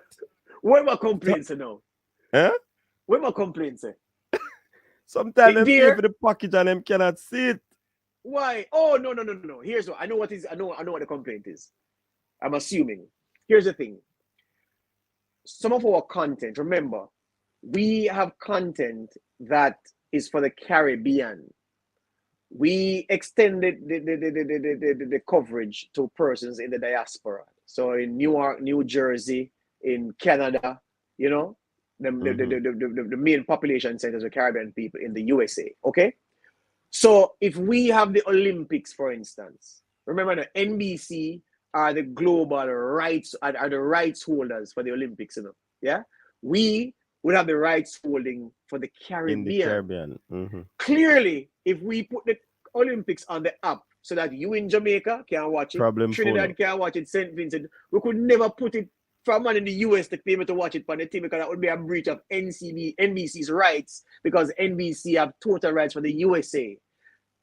So certain content that we have is geo-blocked because the big money man them in the US, them control the market. Yeah. And the part of the reason why they pay the sporting entities such big bucks is to protect those rights. So we can show everything in the Caribbean, but some things we can't show in the USA. So yeah, I just saw it go. Okay. Some persons are disagreeing with you on the matter of professional players coming on trial. And Ohini Blake is saying clubs do not release professional contracted players to attend trials. Well, here's the thing. Match-friendly or FIFA matches. Ohini Blake sounds like a former head of the NYS from back then. Maybe him, maybe not.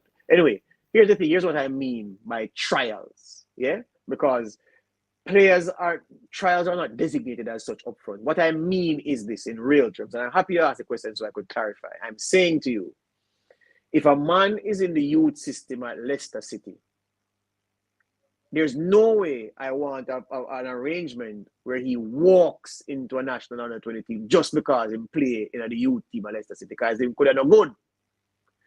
I want that player to come and be part of a camp where he is evaluated by the coaching staff here to see if his characteristics suit the team and if up to standard. If yes, we keep on inviting him, put him in the squad. If no, then we don't call him again. That's what I mean. That's what I mean. That's what I think is right. Okay. And Oyini Blake is confirming that it is him. And Reggie, guess what? long time in the team. Incidentally, he's the one that gave you that name. Pink Watch Boss. Oh, you Blake. Big up yourself, you. Long time. I know that man. Big respect. All right. So big up yourself, Cataract. Oh, we call him Cataract over here. Cataract. All right then. Do you think, this is one from Sports Nation, do you think the franchise system will work in the JPL? Example, NCB purchased Arborview Football Club. Yeah, because man, if that's if you notice the model where the JPL organizers align certain brands with certain teams, that's the way to go, because that's the way to get the money into the programs to ensure that they can pay players wages. Look, not everybody's like Mount Pleasant, listen, some wages when the man them play Mount Pleasant. Why you think every baller from everywhere? I pray for them phone ring and Peter go on the other end of the line and say, hello, mate. You want to come up to say time to play? Yeah. So that's the way. So yes, and yes.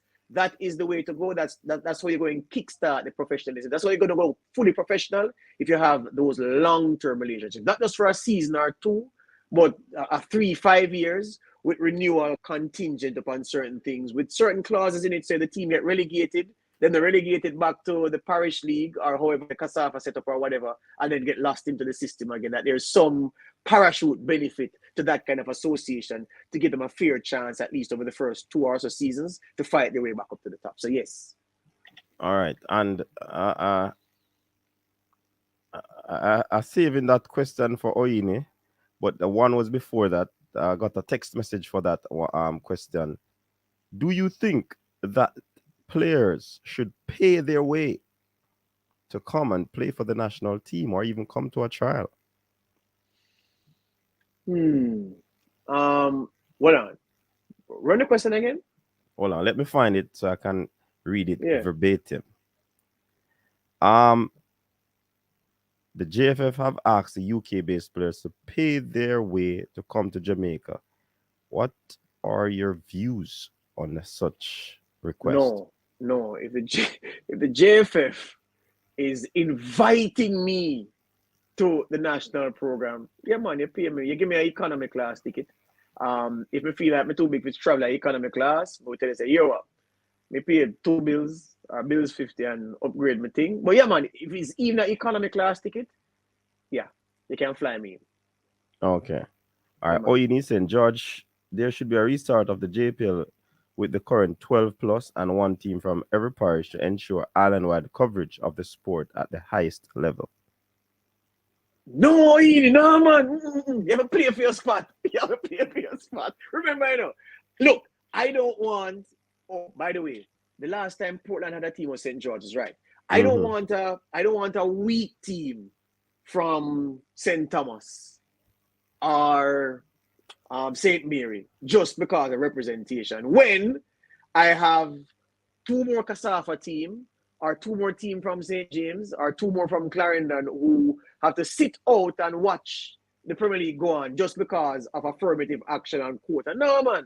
I think the way we have it now, in the JP, as everybody knows, relegation was suspended for the first 2 seasons. So the season is the last of it. And then the parish, you come through the usual channels and everything else. I think that's the way to go, man.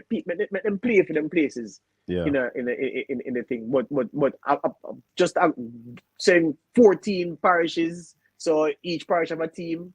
At least, no man, you're mad. That's what the cup competitions are for, Ohini. That's what the cup competitions are for. No man. All right. I mean, people, I believe that this was a wholesome conversation. When I spoke to George, aka Pink Watch Boss, the man said, we agreed to 30 minutes, people. And we have tripled that. That's why this is the triple treat, weekend triple treat. So, George Davis, executive producer from Sportsmax, I really, really, really appreciate you joining us on set to have this wholesome discussion. I think it was a robust one, and we would have spoken on a lot. We have agreements, we have disagreements, but that's what makes conversations good. Yes, man. Yes. You know what I mean? So, before you go, any final thoughts that you want to share before you go? Because I know I have kept you well over time. Boy, I am very disappointed that with some of the names that we have as Reggae Boyz, that them man and us have got to sit down and just watch the World Cup as neutrals. I know we have enough Brazilian fans and enough fans of all of these teams, but boy, it still can't reconcile with the fact that this Jamaica team don't qualify for the World Cup. Brethren, this Mexico team is the worst Mexico team I've ever seen in my lifetime. No doubt. The USA team, not that good. Canada is the good team in the group coming from the group. Yeah? Costa Rica, rubbish. All of the good ball, them all. Them have Joel Campbell who still. But Brian Ruiz, oh my God, Brian Ruiz is a pensioner. Yeah? And them man, they are spin ball pound with. So it's very disappointing to see the names that we have not qualifying for a World Cup. And we have made so many mistakes, but we're not learning from the mistakes. I want to see us learn from the mistakes. And as one person suggested earlier, asking if Sportsmax is not holding the JFF to account, we should all, as stakeholders, hold the Football Federation to account. We should go out and support the Jamaica Premier League matches. We had an excellent turnout at Sabina Park the night when Arnett beat Waterhouse in one of the best football games I've called in the 8 years that I've been doing it, and one of the best I've watched. We need the fans out, man. Give the youth them a strength, man. Yeah, come out, support the Jamaica Premier League, go a Constant Spring, support the Super League and the Major League, just support football in the community, because guess what? The next cycle should see us in a better position, and as stakeholders, we should put ourselves in a position to demand the best and to support. Buy a jersey, man. No matter buy the knockoff jersey, buy a region. Invest some money in the program. But Jad, man, them can't find the jersey, man. Where you get jersey for buy for your local team? That's a next blasted story. You know, let me try to get you got to dig up ancestors, you know. You know, let me try to get an Arnett shirt. I have some Waterhouse caps that my friends gave me. Thank to them for the Waterhouse cap. But I can't get an Arnett jersey yet. I have money, can't buy an Arnett jersey. But we just need to support the program in whatever way we can, and hold authority to account is what I would say.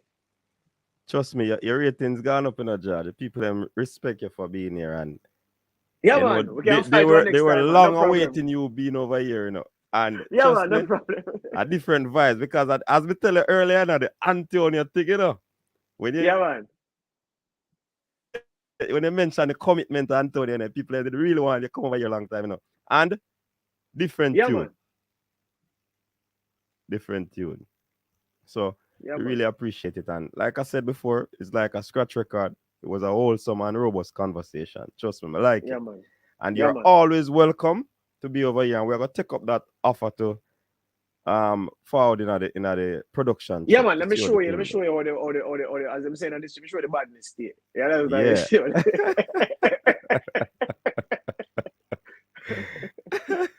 Yeah, man. Big up yourself. Until next time, George, we'll definitely invite you again when possible Nation League, just to hear your views on the squad selection and all of that. All right? Yeah, man. And you must help me make nice with Nikolai Christian. Anybody who's never seen Nikolai Christian play, just watch Done Beholden. The man up on the next level. And the man can't get no call, bro. What do you think about Peter McGregor too? Big baller. Coming back from Sweden. Big baller. Big baller. Right. Yeah, man. All right. Bless up yourself, man. All right, cool. All right. So there you have it, people.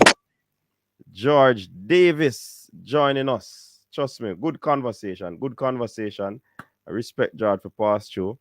And you don't know, like I said earlier in the conversation, we met at the Character Games in person, and we had some conversation every day. That to make sure say link me up on things. So I say a good youth, and we are happy that he came and him clear up some misconception. And you know, as we say, everything he did agree with, but we agree with what he said, but the discussion was good. So we have about we can run the show to about another half an hour. So let me drop the link. And if you have not liked the stream, people, please like the stream. You can call in as well just to give back your feedback on some of the things that George made mention of. Real quick. Yeah, man, the Pink Watch boss. And you see the man like the name too, you know. So it's not like him hear the name and feel, you know, say, yo, we are this man thing. The man like the name. So kudos to George for passing through. So I drop the link, people. You can jump on first night at TripleTreat. Hot. Yeah, man. Guess who first jump on? Coach, no mind the music, you know. Stacey. 9 night I go on 9 place. Oh, yeah, deal it. Yeah, me there, man. It look like say over there all over the globe right now. Coach, yo, I don't know. Like there are some things that he said where you can agree with because we all know those underlying factors. But there are some things you kind of looking at, right? In terms of if we have better quality right now, coaching. I mean, I don't know. Like coach, I'm just trying to wonder how is it that even if we have base talent, to me, coach, I don't know. I've seen I don't know if I see somebody by in the ilk of Teddy Johnson. I don't think I see that ball there in the league. I don't think I see a Rowan Nelson. I don't think I see a Adges. So I mean, but based on where the games are, I think we'll go more games in person. I actually sit down and watch them games that in person because it's true sometimes you don't have the time and I think a lot of persons them talk like people now work so them can't just jump up and go on a game like that. But me gonna try go some more games in person. If I even get the games that I can catch on a Saturday and a Sunday. Yeah, Games yeah. during the week is kind of different. But Yeah, man. I'm telling you, I'm just saying that if we have better coaching now, I think we should have been producing better or at least comparative talent, comparative football players. But hold on. Mr. Toki said CC last night you take quote that you're coming off YouTube. Last night. Hold on. Appear things No, that go on the phone hot. Hold I, on, let me take that caller. Caller, good evening. This look like Roderick. Good evening. Yes, coach. Go on, I'm me same Roderick. one, man. Well, coach, give thanks to life, you know. Me see upon some foreign thing and me I said, John, oh, coach, I do the world for real, you know. You see Me me? see your feeling, me see your yes, me see your oh, I am, me see everywhere, coach. And I said, wait. We want to the Friday night. No, this is CC. Big up yourself, brother. Everybody in the comment section. Mad love and respect. And tell us something. We see if you not one nickel life, take care of it. Be when you have a pause, we have to sit back and say, you know what? We could do that instead of wealth. And if you get up and work like a ass and not take care of our body. So do health before you think about wealth. Anyway, coach, now keep up with the money, now keep up with everything. Now watch little Champions League Caribbean thing from weekend. But now like coach, we are fighting spirit based on what we see. JPL out, we're now down on it. But we see what the problem is. We need to get your coaches some more technical teaching, brother. We lost. And we see it with games against other Caribbean teams. We don't have the technical support, we don't have the technical direction, we're lagging this, brother. Yesterday, Mr. Waterhouse play, them start good. But the physical aspect and the mental focusness will lose in the last 20 minutes of the game. We can defend, nothing wrong with it, but it makes no sense to defend and can't score. One goal and then we are trying to defend. I think Cavaliers team shot experience and they need a little bit more body in the middle. I told you, I see the man them play, them score goal. But no midfield attributes when nobody will stand up out there and take it and distribute the ball like one little ras. I see the man from some side of Dominica. Sibas or whatever man here. The little ras run the make a whole day. Nobody don't tackle it. The man a eat egg, he might eat chicken, he might eat greens, he might do everything out there. And nobody pay attention to him. Yesterday's a little 17-year-old from here when run around the whole of Waterhouse. Him run defense, him run forward, him run midfield. A little 17-year-old, I didn't score 2 goals. Coach, our country, hands down, we need to educate the coaches so the coach can educate the ball of them. We have the fighting spirit, we have the speed. The technical attributes is just not there, hands down. We're lacking a whole heap of things. Yeah, man. We see from JPL, we can't string 3 passes together. Not because we what JPL play against JPL. Take them out of the country. We have a discussion already on the program. Jamaica, we come on, Caribbean people. We see it yesterday, and the day before, and the day before. We don't reach now where the man them reach. And we supposed to be the country that carry the torch. We supposed to be the country where up there. Our thing not reach nowhere yet, be. Yeah. We have to go back to it. We have to go back to the infrastructure, and we have to redesign it from schoolboy. We tell you from little boy, schoolboy, and JPL. We have to redo the infrastructure. Yeah. The coaches have to improve. Our coaches need to improve. That's how we get the ball and to improve. All other else country I do for them little team. And we see it in them game. The man can hold the ball for 30 minutes. We can't hold for 5. Something just wrong. I don't see it too long enough, coach. Because see something go through me, get shot, I break something, you know. I don't want to run out. All right. But I'm glad to talk to you, though, coach. Yeah, A long time. First God, oh Jesus Christ, first God, yeah, hold it, brother. Hold it, see you, God. Yes, coach, I'm going to me. All right. Yeah, man, big up yourself. All right, well, before CC start to talk again, or Unseen or Travis, big up on yourself. Richie Royal, if it is you in the waiting room, send me a message.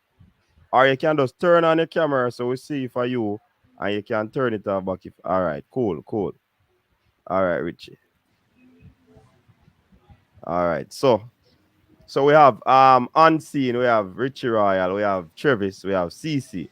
I ask Travis for the same few cents, CC, before you come. Because when you start, when you hold the mic, you know, CC. No, talk a phone. But a Travis. Anything you want to take it. When you hold the microphone it name. You know, come talk about no talk a phone. You feel the exam if you shade talk a phone. Travis, what you say? Yeah, man, big up the man, them, man. I like a synopsis for the game today. I went to the game today. And based on me say, me not a Butler fan. I read Butler no time, but Big Nell, a big baller. He impressed me the most. Yeah. He easy for the eye. I know you them from West London. They play him and Mackenzie hard. Tackle both of them rough. But him impressed me the most, and Raheem Brown come on. And I'm telling you again, Jamon Barlow scored 2 goals. And a left back, when you do interview with a kind of something like here, like I didn't catch the interview him. Him steady a left back, to me see. Can't remember him. He's from Germany. Yeah, man, him steady. And a number 6 come on in a midfield. I tell us him just stay there and just simple, take it and move him and Duncan. I think the overseas them same thing. And a number 5 from Cyril at the back too. Him steady. Goalkeeper them never really pay attention to them. Any kind of change or the three of them. But when we see when this guy Bennett, he get the most action to me. And my father was at the game, you know. That my father that Bennett seen I would play with Anna said there at 20. He was at the game today. I mean there is. Okay. And baseball and when we see still them possess the ball well. But baseball and all regional ball look too bad too. Time can play a lot of more of the game. I think Devante they have exam. Come there speak to the coach. And the next one from Columbus School, they went home, went to have a game, but I think them say the guy from Westmoreland in Germany, he was there, but he have a slight knock. He didn't play. He suit up. So he was in the full team. But baseball, when we see, as we said, Big Nell impressed with the most. Big Nell a baller. And Duncan, we know Duncan can do it, because as I tell you, say, him and Big Nell never try to play both of them hard. I show two of them skillful. Yeah. They play close attention to them. And baseball, when we sit there, them players there and the players that will come in, the team will be good. As far as we see, that as a coach, have to piece the puzzle together and see where we can do to go forward. And I tell you again, the people them ask you whisper hard though. Yeah. Yeah. Most of the person ask you whisper today. Yeah, man, that person. I mean, I saw my brethren with a reason with Tyreek, you know. Because my brethren rate him highly and I tell him certain things. Because he started the game, to me, he never play right back. Like I play midfield and I try 10-10 for the too much with the ball. Eventually come out with a slight knock, but I never nothing serious. All right, cool. So you kind of there give him some pointers for the game now with a reason with him. Dwight is asking how is the cohesion? Well, as far as we see, them possess the ball, them play over the back. And we see the goalkeeper, them now kick with the ball, them and knock the ball, both all three of them. We go short one from Arnett, them say. I'm on the Dintil one. I'm on the farmer Dintil. Yeah, Which one? Dintil. Yeah. And there's a next tall one. With Cataract interview. Tall. Big back. Ricardo Watson. Yeah, him talk a lot too. Okay. Yeah, but the guy when I back up impressed with the number 5. That's a Phoenix player. That's Donahue Mitchell. I mean, yes, man, him solid. What's that mean? Yeah? I have a question though. Me really like that. In my perspective, I really like that practice game. You know why? The opponents will play, the level, what level they are. Well, you know, say them have little moments in the game, you know, say competitiveness. Especially look at number 12 from Mannings. It was a handful to me, I think it's a waste of practice game, not playing. I don't think it's a waste because Unseen. Well on Travis. Unseen. You're supposed to know the principles of coaching. If you don't use it, you'll lose it. You can't have them just a train. They might be getting a competitive sense. They might not able to play a greater team, so to speak, but at least it is a competitive game. Practicing and performing, right? Exactly. To see if whatever they were taught, they'll be able to put it into Yes, sir, means I know that. But what I'm saying is, at this level of the preparation, they need to play teams that are at a high level. I understand that. Hence the reason I said that if they can't get a worthy opponent, they still have to play. So, Anthony, what high level person? The national team can get a high level Premier League team to play. It don't look so. Unseen. That give the Westman and players the opportunity. Exactly, Unseen. To me, they will move on to the rest of parishes. The rest of parishes. Portland, Manchester. At this time, you have Mannings, Godfrey Stewart, and Froome. And Petersfield. All right, all of them combined. At this time, we shouldn't even look on another person right now. At this time, we should don't look on people already at this time. Unseen, let me tell you, Unseen, the man them have their squad already, man. Let me tell you that. The squad pick already. All right, the man them have their squad already. They must have look for some to be able to like post around where they can find somebody out there. Man, them have them team already, man. Let me tell you that. No, listen, I'm not saying that they couldn't play them, but this should have been earlier. Yeah, I agree. Yeah, but that's what I mean. Not already. As far as I see, they've got Quota, St. Elizabeth, St. Mary. You never know where you can find one diamond out there rough. Waiting that one party. Them supposed to play some Premier League team, and I beat them. I'm gonna say yes. Right. No, I see, man. The Premier League team them are rough abuse them too much, man. Don't play you them, man. But watch out, Travis. Even so, if they're going to play a Premier League team, they have to talk to the Premier League team before. They can't rough up the See. One of the worst defender. Two of the worst defender we've seen in the Premier League is Don't Be Holding captain and Tivoli captain. Two worst defenders in Jamaica. All them do is foul players and play them dirty. Or them couldn't play I mean, man, a big dirty. Because yeah. If I'm here, the coach will take the players them off of the field. No, but see, where sense you do that? When no, them try to hurt you them. I'm saying to you that if we play the game, I'm going to see them and play dirty, I stop the game and take the players them off. Because you should know that you are preparing for a U20 tournament. Or you can play the local youth them dirty. You cannot do that. You understand? So they could not do that. Go on. Travis, good night, good night, everybody. Yeah, man. The forward line, you see, you say you confirm the back line and couple players doing well, which is technically sound. Those two Phoenix players. That's what we see. Right, that those two Phoenix players who you saw was technically sound. That's why you say that they are different. If you have the whole team being technically sound, because there are players that they are high level ballers and they are not technically sound. So we're gonna have some miscontrol and some ball going over their head, because I mean they're just not know how to approach a ball when it come over 50, 40 yards somehow. But what I'm saying to you now, the question that I asked, we had a forward line there. How do you think about our forwards there? Well, out of the forwards, as we say, Raheem Brown look more impressive more than everybody else. I'm saying, come on. Him scoring the second goal. Aldridge get a lot of opportunities, but them close him down more. Kind of play high up to me see. How about Zion Scarlett? No, which number? Which number Scarlett wear? He should be the first forward. I think he's the 11. No, man. Scarlett wasn't there.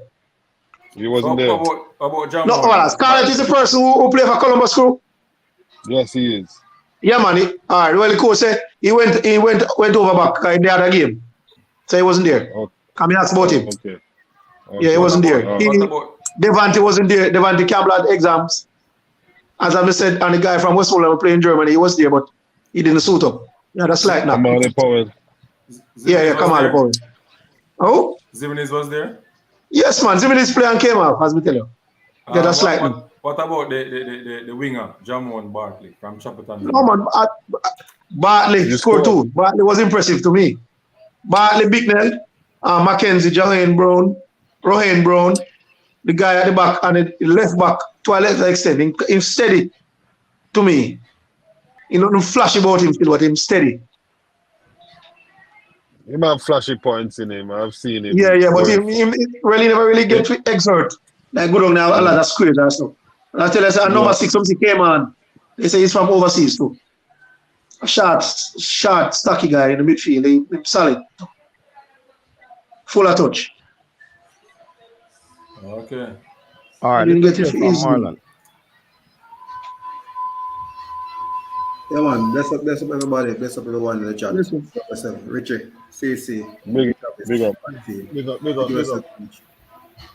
But it's good to hear that the players went out and execute the training game. Everything went smooth from what I've heard. No major injury, anything like that. So that's very, very good. As Unseen said, you'd rather they play a Premier League team, but at the same time, you need to start playing people your age group, right? I think the team might not be up to scratch as what we would like, but we saw what they did against Arnett Garden, although it's a different influx of players. We saw what they did against Cavaliers, so I think this one is a weaker opposition, so they went out and did their business. So it's from looking forward, moving on from here now to see the rest of players and get together to gel before the tournament starts.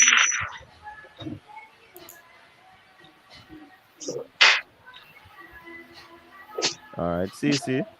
Yeah, all right, I know Richie there here, and I said something today. I just want to say it because Richie there here and his son, and I don't really want to say certain thing.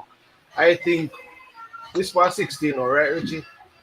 Yeah, correct. He's 16 this year, or 17 next year. He's 17 at the end of the year.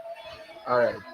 I was saying today that the quality that Whisper has and the ceiling that Whisper has, to me, if we are aiming to like reach this U20 World Cup and another U20 World Cup, which is back to back, another one is like 2025. I'm saying that even if you don't carry him in this World Cup, he could still go to the other World Cup, because I've seen where Cesc Fabregas signed for Arsenal in 2003, but he never made the Spain team at that U20 World Cup. But he was a star in the 2005 U20 World Cup. So some of the time it's like, yes, you know that the player could play in this World Cup, but you're not saying that he, in terms of if you want to bring him, if he's the best striker we have, fine. But I'm just thinking, to me, I'm not singling him out still enough. I'm talking about based on his age and the fact that he has the potential to play both World Cups. I would think that depending Yes. on how it is, I don't know if I would give him this one right now. Among some other players, because I think I would allow him to develop his club football right now. Okay, I mean, I heard a lot of people talking about that same thing today. Exactly. You're not the only one in it. And YouTube is a space. If you're thin skin, don't come on YouTube, brother. Come on, we tell us say, yo, your beard gray when you understand you actually only have a few gray hair in your beard. Don't Yeah. come at YouTube if you're thin skin. That's why I You like how understand? George deal with the whole interview thing. Oh Right yeah, thing yeah, to So we do. understand. so you're gonna have people who will love the youth.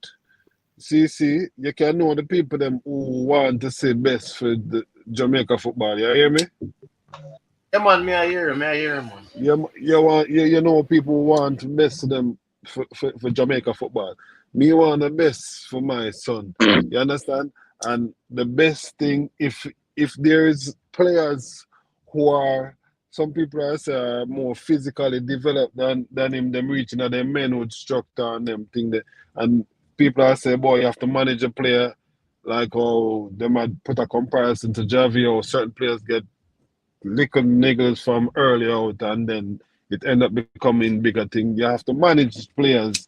I didn't say I would love for him not to go or for him to go. You have a point when you say that him can play in next World Cup. So give the rest of the man them where can play now, who is at the same level or even higher than him, to just play now. Me would agree for the betterment of Jamaica football. You understand? Me not tell a man no or not. But as this we're using his career now, if him can play better than most of the man, then make him play. Make him play, brother. You understand?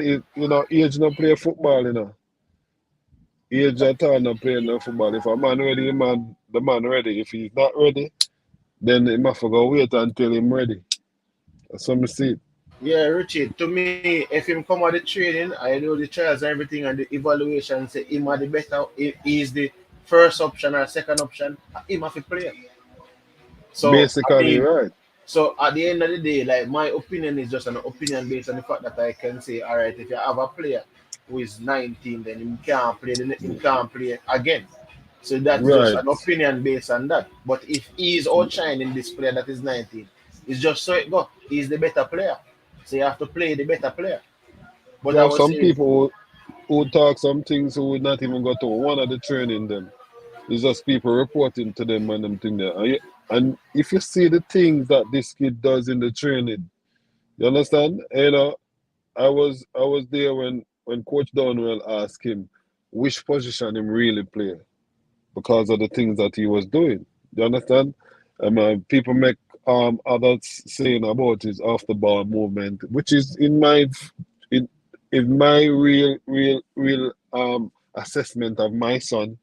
He could do a lot better if he has the midfielder that makes him do all of them right there. But if you are gonna make 4 or 5 run and then no man put the slip pass through or putting the ball over the top, you have him and Jimenez are playing like them playing at the under 13. They were developed together. And they went on that field and they played like they didn't miss a day apart from each other. because they know them each other from under 13 days. You have Tyreek Williams, the same thing. Bennett, all of them four they developed together. You know? And just them the last 3 years them shift up from each other. But growing up, these four players were together. At one given time, Sakati would have said missing out of them lot there. But Bennett, Zimini's, Tyreek Williams, Whisper, they all were on the same team at Harborview. So they have like a chemistry about them already. If you understand what I'm saying.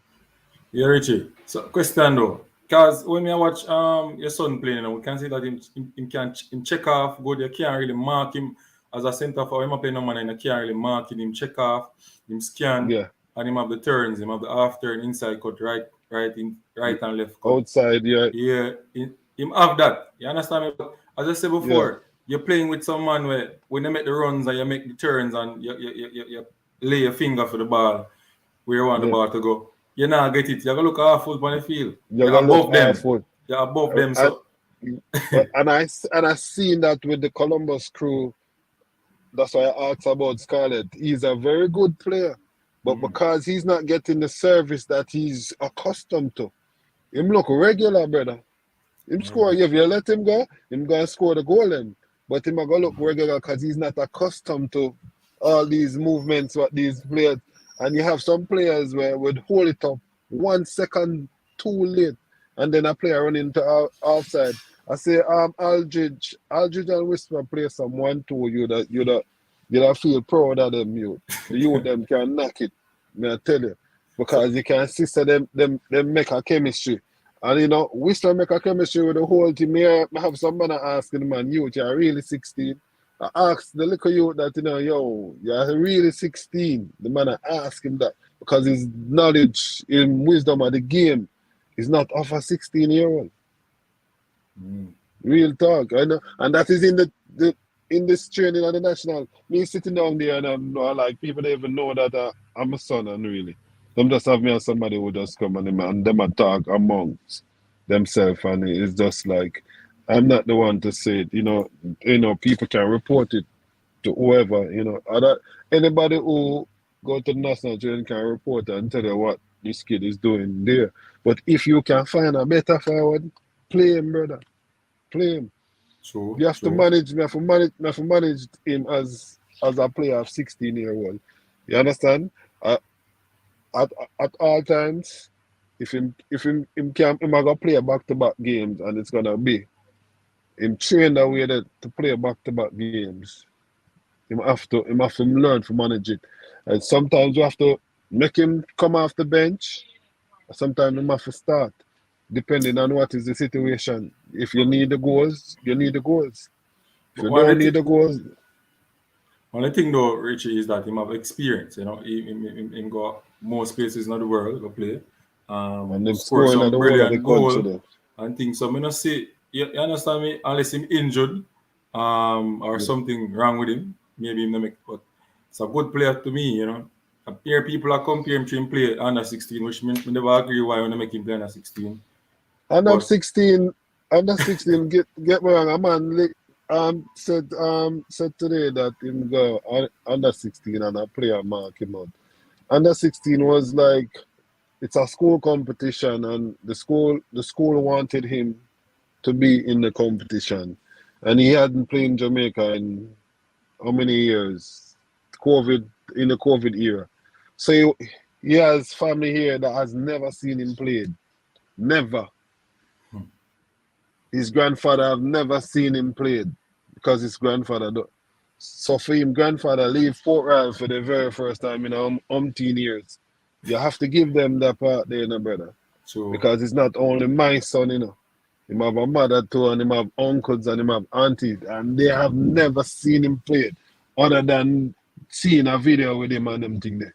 For see him live, it was a joy for them. And they deserve it. Shall I make him play a Manning Cup instead, man? All right. Well, I can't make him play a Manning Cup when the Manning Cup coach don't want him on the team. Him say him don't want him there. People say to him, say, boy. Yes, go ahead, Yes, sorry to interject, but we have a call online. Caller, go ahead. Yeah, question. The question is, based on the question you said to George earlier, pertaining to the trial for persons in the UK, based in the UK. Mm-hmm. And my thought on this, if there's a player who have been an invitation to represent the national team at any level, and they are playing in week out with their academies or with respective clubs, why would that player need a child to really say, oh, join the national team at any farm, at any level, when there is video analysis of their performance week in, week out? Why would they need to come when there is no opportunity from which the club gonna grant them pass to come for trial for a couple of weeks or a single week, for example? Why do that? Why them require that? I mean, George is not here to answer, but as if you were listening, many persons weren't in agreement with him. So that's all we can say. I can't answer for George. No, but what's your view on it? What's your view on it? I don't believe that if players are playing professionally, they should come on trial. But academy players might be a different thing. No, but like for example, say for instance, they bring up a Leicester academy earlier. Say a person playing in Leicester, they are in the Premier League 2 or under 18 level, youth level. They are in England. They have competition playing weekly against top teams like the likes of Chelsea, Man City, Man U, and respective clubs who have their youth teams. Why would that player need to come in and have a trial when most persons? It depends, man. But coach, most persons in Jamaica who are in under 20 level right now are persons who are not playing football week in, week out, right? Mm-hmm. Those are the persons who really need a child, right? Don't you think? I mean, I'm not going to definitively say who needs a child. If you want to represent Jamaica and you're called on a trial, I mean, I don't know. What I can say, if you're a professional player, because I don't think academy players are professional players. No man, coach, remember say some of the ballers are signed at 18, but some of them not transition to the first team. They sign a professional. Yeah, but that's not academy CC. That is a different thing.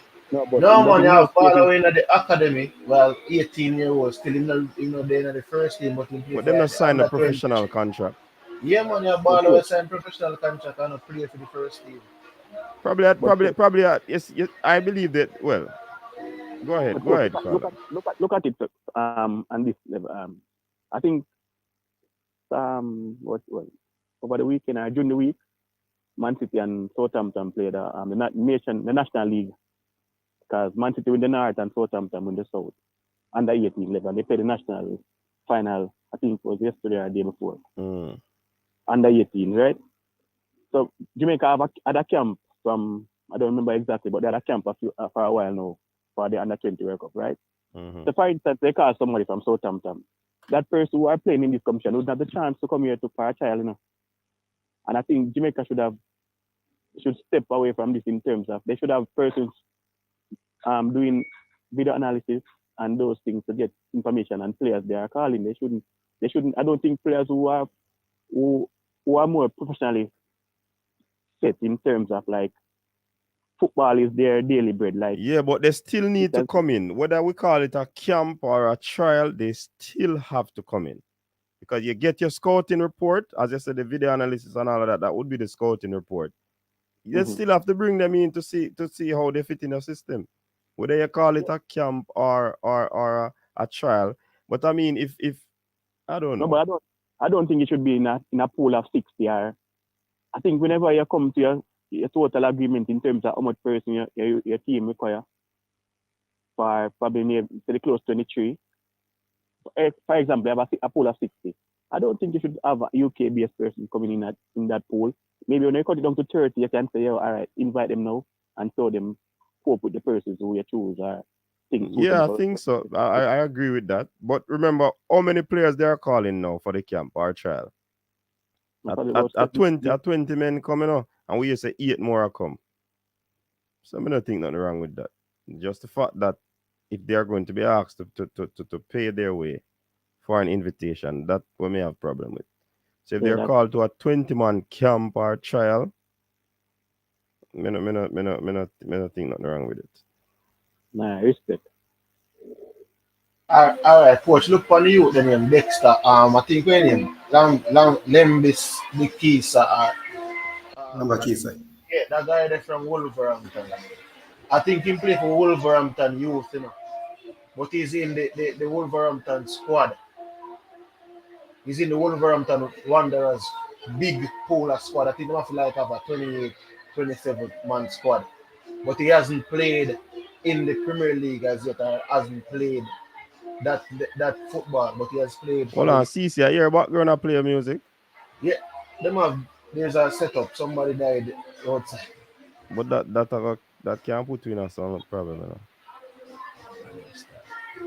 Probably have to go on that bed or something. I for calling CC. But if him calling, I same thing. No man, I say him calling him can go far and go up on a tree or something.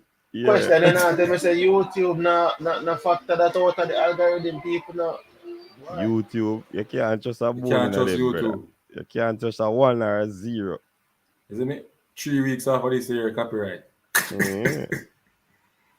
Yeah, man. But coach, me believe the same thing what George said. Me believe they need to come to a camp to see how them fit in them system, because of course if we check the history of when we get players overseas and them just come play, how much players overseas come play for you and them never they don't make no sense. Gentlemen, I said something real quick. You see some of them man what we said through them in the Wolverhampton and them in the Leicester City are just because them in the system with them there. You see some players from Jamaica get that same opportunity, they would be in that team above some of them players that we want to talk about, brother. That's why we believe it should be equity should be there. That statement there, you know why? Well on CC. You see what they call us a while ago? You carry a 60 man, but you don't put those players in the 60 man. And as you cut and reach down to probably 30, then you call in these professionals. Nothing wrong with that. I still one camp them are coming up. Yeah. But them I don't know. Understand? But them do. Well, coach, well the problem was that because there's a youngster that is in US team right now, 17-year-old centre back. Would have made this team go way over, right? Mm-hmm. They'll play for Jamaica as well. From what I get from family members, they wanted him to play for Jamaica, but his dad said no. The club won't release him to go and in the trial because anything happened to him, he's the one have to take a responsibility for it. He said the club has some responsibility. Huh? We just think a word in what JFF I use are where did we get this trial? No, but they can't use that. Richard, if training they camp, training camp, when they we say discussed that last week. Come on a trial.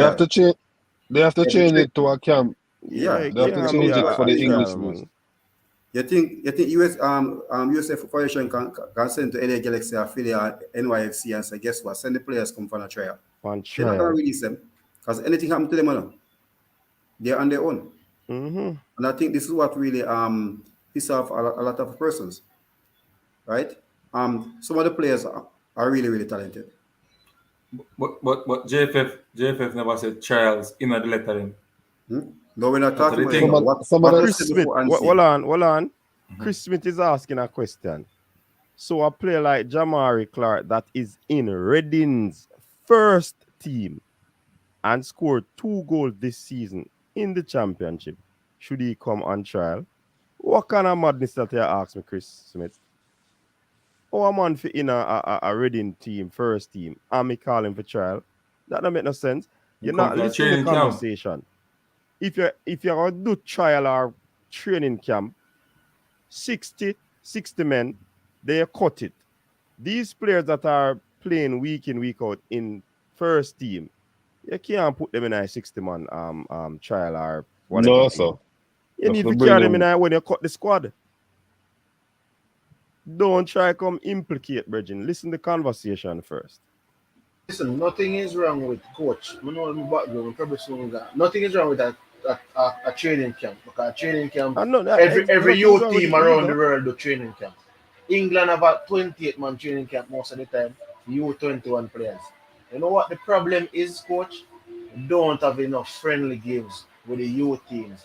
So when in order to have a training camp, you have to have friendly games where you can analyze the youth them and you can pick and cut. But you see, if you don't have enough friendly games to play, you basically can't like what are you evaluating on? What basis are you evaluating them against? That is where the issue lies. So sometimes, like for example, at this point in time, we're at the penultimate stage of the tournament. We're up on the heels of the tournament, right? If we are getting players, you should have get players from like January, and you get together a tri nation series or what you are doing, and you analyze players from then, and then you can cut your squad from then. So by the time March is in, you have a 20 man squad with that 3 reserve, so 23 man 3 reserve because only 20 players is as they say. So you cannot, to me, you can't have you can't have a camp right now because you don't have friendlies or enough matches to analyze and assess the players on.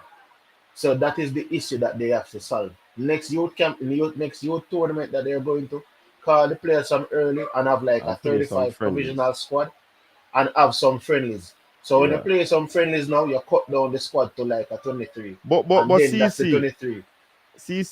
essentially that is still a trial you're coming to, you know. No, but that is what I'm saying. But nothing is wrong with that, coach. Nothing is wrong with that. Then if nothing is But wrong with that, what is wrong with that trial? it is wrong with it right now. Right now, I'm saying there's a time span. You can't do that right now. There's no time or no room for them to do something of that magnitude at this point in time. You have to do that 3 months in advance when you can get the players or get Yeah. the players in the FIFA window when the international players, the senior players, them are playing. When England are call up them U21, what do you think them call them? One time them senior team are play, them call the U21 same time. So you can get the players them. And that them do, you know, because remember some of the players are professional, so you get them in CC, the FIFA window. CC, That is what they need to U21 do. car before the senior team. Yeah, but they call them within the FIFA window. So that's what I say, Riches would need to coordinate and make the logistics. Them have a logistics problem. They need to coordinate and ensure these things are done earlier. So people can get cut from earlier and people can make the squad from earlier and we prepare and go to the tournament. So that's the issue. Nothing is wrong with them calling players and players being cut. I just say it go. A football, you have to try to fit people in their system. Anyway, take it. If you have games planned and trying to sift through players, are still a trial, technically. Right? What I'm saying is that I think the scouting should be done. This probably be the easiest pathway. Scout the players, get them into some friendlies, and then you sift from that. Right. Rather than a tell him on them so them to come on trial. But Sir Minzy, with all this, you know, say, me not read and I letter them with JFF send out, I tell any of these UK-based players or players from Germany that they should come on a trial. So now that me I say what this trial, remember me ask where this trial word come from. All right, so on certain platform, I think Mr. Speed did say trial. But then they ask my question and say, you did say them now come on a trial, them come for coming at the team. So him explain and said that too far if say them are just coming at the team. Them have to come. Gentlemen, they changed the wording. They changed the wording to a camp for the English players. They changed. Okay. Right. So Richie, you would have gotten a letter stating trial? I got a letter stating camp. Camp. Yes. That means man, we get this trial camp. word from man. So everybody can just change from that now. Man. Change from that now and just, we can stop cost the people now. So the man do the right thing. Because I think out of this 20 or 24 players there, they're going to cut again. They have to cut again because 20 alone you can't carry, brother. Right, so hey, and they were one then who you gonna leave out? And what is gonna you have to carry 2 goalkeeper. Yeah. 3, not 2? Yes, 8, 2 goalkeeper you have to carry. So you and have to pick 18 man now.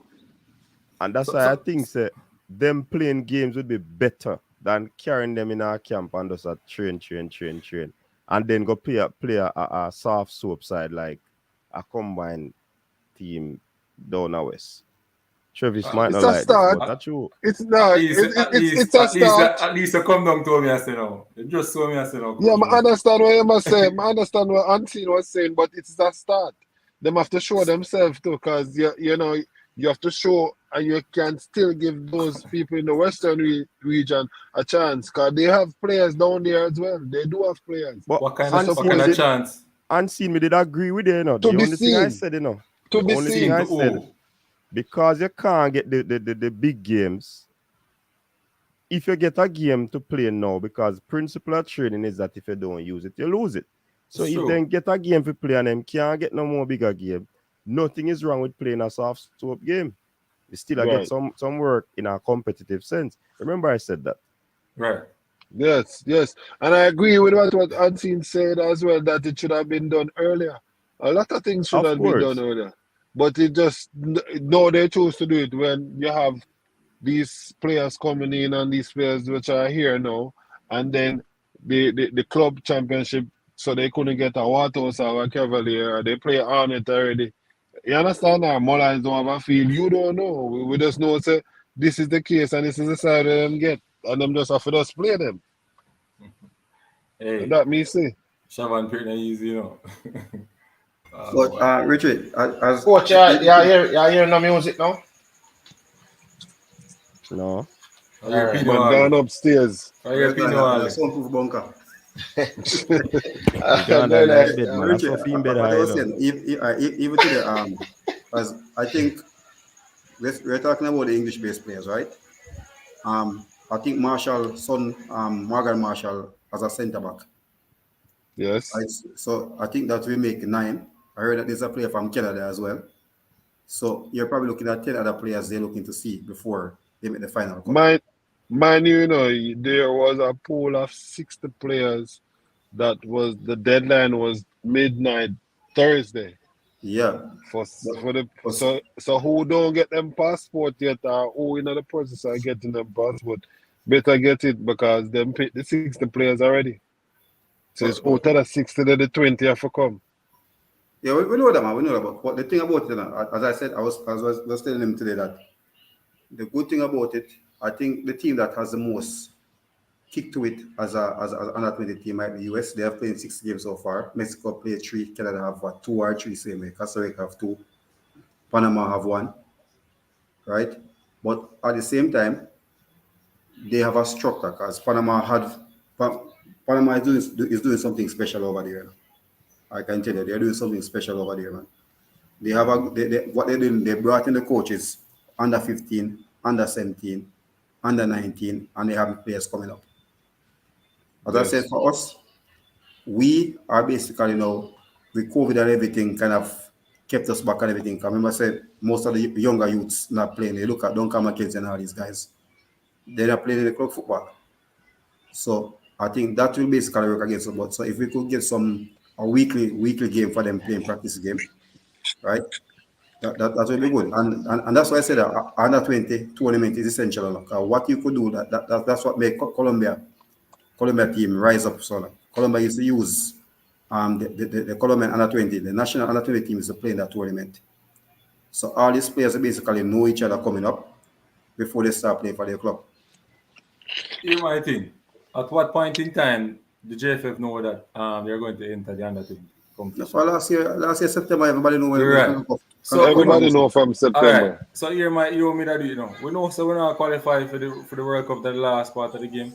My team are filtered with under 20 players. You know, so the Honduras team, they have under 20 players on it that played us at stadium. Yes. I tell you that. The man them smarter than we. But Unseen, the guy that plays, I don't remember his name. The guy plays for Marathon. So the guy has been playing for Marathon since he's been 17. So you're familiar with him. It was a Costa Rica carrier, what's his name again? The young guy there in the middle, the 17-year-old. Brandon. Yeah. Aguirre. Yeah. Yeah, man, he's a gem. Yeah, man. Our next thing I gotta say too. See, I like how them do the under 17 thing now, you know, because them start early, because the competition away. late down in the year or September going down that time. Next Or year, next man. year. Yeah, next year. Next year. And them What's start that? from now, a sieve out through the parish them No, to the but under 17. that's why I said they're getting better. They learn. They're Yeah, with each No. showing that tournament. they have learned right from what happened. But look So they away are though. You look away though. 'Cause yeah. you look at the coaches were in charge of both of them, and you look away. Look away, man. A JFF, you're dealing with brother. What You do you look think? away, Yeah, cause no forward thinking. But what should have happened? This thing, all right. You see what happened, Richie? The under 17 and under Unseen. 20 should be in the same camp together. Yeah. Plus, because they know so the tournament will come up. Because all of this probably depend on a yearly itinerary. Why you gonna wait for so long for you have camp? When them could not train together, probably have some squad game. under 20 versus the senior players or whatever. Or And then you try to see games for the U20 team. This yes. thing where we just are bringing players at camp, like some soldier thing where they plan. Right So now, the player them and But carry them in notice, and make them play some practice right now match. them And we right see now how them the team shot play. right now shot up on them last 2 games in Brazil and come over now. Yeah, Yeah. but coach, you just notice sad man. And you see the some administration, same the thing what man them George should have talked about, taught you know. The administration is the problem. Persons in there, quote unquote, can do the job. But them not do the job. Why you wait? Yeah, we know you have financial trouble according to you. But you still can have forward thinkers that can put things into perspective and stop wait. And then at the last minute now, some people are gonna get left out because you're gonna say they don't have any passport. They take long to get the passport. When you shouldn't have these players on your radar already, looking about their documentation so that they can be ready in time for a tournament. Brother, This thing coach a is joke like, to me. you know what me see sometimes? What me really see? A man I try get in him friend's son or him friend cousin or whatever. Before them pick a man off. Yes, this is a talent or this is a good player we have here. And that cause a problem because you can't pick 11-ton man and no man from Westmoreland as if Westmoreland don't have any baller. You understand? You have to And pick that's why them the people according them to. will always believe that this local player mindset of trying to get players out is really the thing. Because all the thing are structured now look like equality right across the board. It can't be equal. It's not equality not the day, looking coach. Me can tell you, I have huh? two friends, I have classmates, and I tell you, a brilliant football player. And because he not have some family member that played for the national team, or some family You member never in a get certain called. federation, the man they never get called to under 20. I tell you, say a brilliant footballer. You know the youth be mathematician one of them turn, and one of them turn police. Come tell you, say youth brilliant, A true man. he's like a genius, But them man, they are the man me say with the closest touch in terms of dribbling and thing. Them me tell you, say, me tell them, say, first time I see this. I mean, tell you, say, that's what, that, so when you tell me, remember, say, me know man tell him, say, she taking scholarship, Man, look for them and make you know, say, we'll never play back for Jamaica, Yeah, man. Me But, see but that what too, I'm but saying, though, you see, based on the conversation that we have had here on this program with the head of the technical committee, that quota system for the youth team, that's why we probably see this go on.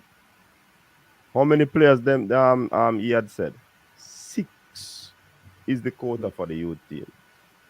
And it doesn't matter what Mr. Speed go on programs and say the people and never forgive him to say that statement. yeah, because they can't use 6 players. Physically look like a manifest. Yeah, man. You understand? Look away. And then, coach, when me, go say, like, for example, me now take out my money, go pay to watch a match where that know a proper game. A man go say, oh, you're not just support Jamaica. But you see, the thing is, and then I'm ask if you protest. Come up at JFF, come hold up placard. Which one Oh, is better? see your background still noisy still. Other people, man. And I hear around one back, come like me have to go up top. Me I say, May I say, coach, which is a better way to protest? So go up in front of JFF, go all placard, or for the stadium empty?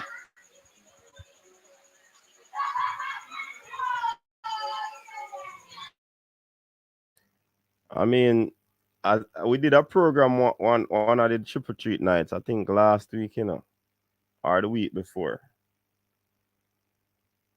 We have been talking, but the JFF will not change. And that doesn't mean that we should stop talking, because once we're not disrespecting, putting the facts out there, then definitely it is something to look into. And we see Neo putting in some work. Whereas looking at reform at the whole policies, governances of the JFF, these are things that we should bring to the fore. In the near future, we're going to be having discussions on that to ensure that the word is spread, so that the powers that be realize that enough is enough. We know that we are outside of the voting, but our voices can be heard on these platforms. Yeah? And big up to when we asked leader the other night about why FIFA is in Jamaica, kind of undertone it, but word from Olivia Babsy Grange, Honorable Minister, that FIFA is here in Jamaica to have a series of meetings with the JFF, right? Regarding restructuring the football.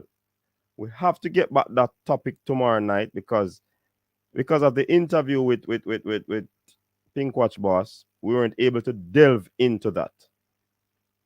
And because he had given us half an hour, we never get to, discuss this. But we're gonna come back with that visit, that reconstruction visit from the FIFA, because the football needs reconstruction.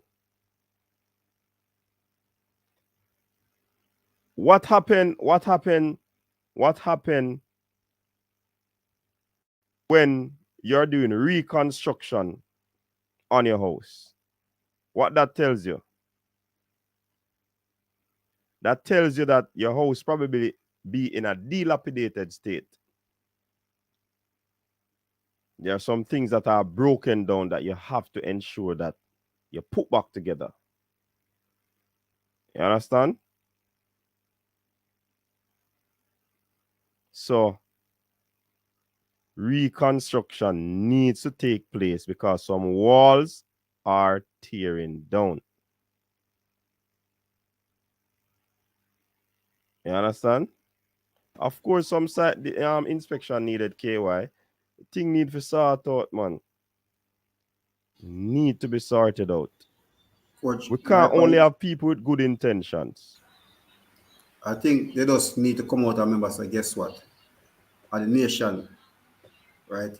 The football of the nation. Yes, you guys are in charge, but we are also stakeholders of the JFF, same way.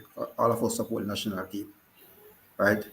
So it's to look at sometimes, coaches, it's like, guess what?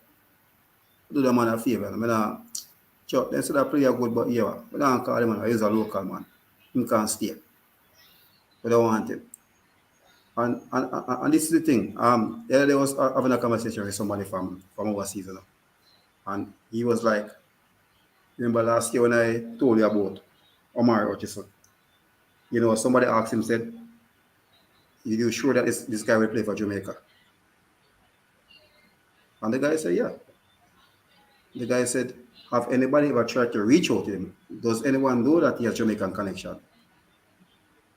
I said, "No, man, someone that too, it's a youth at the level in there, right, Arsenal." So, but I said to myself, but we're thinking about getting Keeler Taylor Hart. Both of them are in the same system, right? I remember everybody was talking about Keeler Taylor Hart last year. There was nobody talking about Omar Richardson or Amani Richards. It was all Keeler Taylor Hart. Till from the Premier League 2 start last season, last year, August, and the guy moved from the under 18, go to under 23. And from he signed a contract with Puma, he just going up like this, straight, non-stop. Did he get in Arsenal first team? Yes, he didn't get to make his debut, but for you to be in couple match day squads, he showed the talent level. And when the guy said he wants to be a part of the under 20 team, he wants to bring them to a World Cup. Because even sometimes when a coach, when I hear people talk about the UK-based players, boy, yeah man, what you say? Yes, in my part of the Arsenal team. The rest of them, I don't know them. But personally, have you taken the chance to know them? That's why I tell the guys, stop watch YouTube clip, right? Premier League 2 is on YouTube, right? All you just need to do, you can just change the VPN code, or you can get to watch the players play. Don't watch YouTube clip. YouTube is basically highlight. And the best highlights. Right? But Marlon, the same thing when I tell you, say a scoreline, the man them watch my. Alright, may I show you this? Last year, a tournament was played. That qualified 4 teams to the knockout stages of this tournament that they are going to enter. 4 teams, right? And then when you hear persons talking about these teams, I may ask a man, can you tell me if the Honduran team is dominated by domestic players or if they are having European players in the squad? A man I tell you say he can't tell you that. But you could have just said that based on the players that were in the squad in the tournament last season, that the Curacao squad, it was mostly domestic players. So mostly domestic players played for Curacao in the tournament last year with Nicaragua, I think Damrep and Nicaragua, Damrep, Curacao and Honduras, and not Honduras, Curacao, Nicaragua, Damrep, and but might not remember the other team right now. But I'm just saying it comes down to the fact that I'm saying that, for example, if we should finish a certain place in the group, we might face Curacao, right? And I'm just trying to figure out how do you analyze with not analyzing the next team squad then per se. And these teams played. Nicaragua And played. Dominica guess what? Republic played. All of them they're in the round of 16 already, you know. But CC, guess 16 what? Look at this. Nicaragua have a professional under 20 league. Right? We don't. This is the thing, coach. Remember last week when I talked about the Caribbean Champions Cup? Me and CC there, I said it. So guess what? When somebody just said the Haitian team, they don't have nothing. But all these Haitian team, they are owned by big millionaires. Right? And big coaches too. Big coaches over there get good pay. And proper system, yeah. I've been in DR. So when that league started in 2017, look at it, from DR started their professional league. It's 1 year they haven't won the Caribbean Championship. If you go back and check. And that's the year in Portmore went to, I think 2019, when Portmore played Cruz Azul. They've been dominant. Right? Remember they come here and beat Arnett and Portmore, you know? Siba and Pinto. All these things, yeah. In 2018, you know? But that's the thing though, Marlon. First of all, they don't know who own these Man, never get paid in the US. They don't know who own. No team out here don't look like they're not an owner. A community own the team. They're not an owner. There's no transparency in Jamaica's football. I heard Mr. Speed said something this evening. I said, guess what? When Anthony asked him the question about the players and the coaches, right? You heard it, I said? Yeah, man. So the man, 11 overseas players they have in Siba's team. Colombian, Venezuelan, Spaniard. The Argentinian is out injured. The number 11 come from Uruguay. Right? But question now, the league they rated higher than JFF? Yeah, man. Yeah, man, the league rated higher than JPL. And guess what? Only Curacao. Look at it. Something like them look at it now, guys. 6 years ago, 7 years ago, it was Jamaica neck and neck with Trinidad League, Trinidad Pro League. Where's Trinidad Pro League now? But I don't think Trinidad Pro League rank kind of full right now. Trinidad Pro League, they way down a bush. Yeah, Trinidad Pro League no rank now. They No, don't we are for talking. Antigua. Them program They're crash when fighting my with FIFA come. Antigua and Barbados. Yeah, My man, FIFA around come. there. My That's FIFA right. come change them system. So that's why we need to be careful. We don't want to drop down lesser. You know, so, last week, before I came back there, when I was in college, I'm talking a guy from Dominica. His son plays Point Tower. They had a big side over there. And he said, hey, amigo, I tell you, see, next 3 years, I promise you this. Right where Jamaica is, we're going to be there beside you guys. You guys have players in the UK and all over the world, but we have Spanish national players playing a big side. Real Madrid, right? Seville, right? Betis. It says a matter of time for them to get them over there. Any day you see this Dominican Republic team get to reach Gold Cup, you will see something. You see Mariano Diaz are Madrid, born and bred from Antigua. Firpo from Leeds. Hernandez at Betis. All these guys are Dominican. Zambrano. But guess what? The players just and they start. Remember said last World Cup qualifier now, a goal difference. Panama lit them open.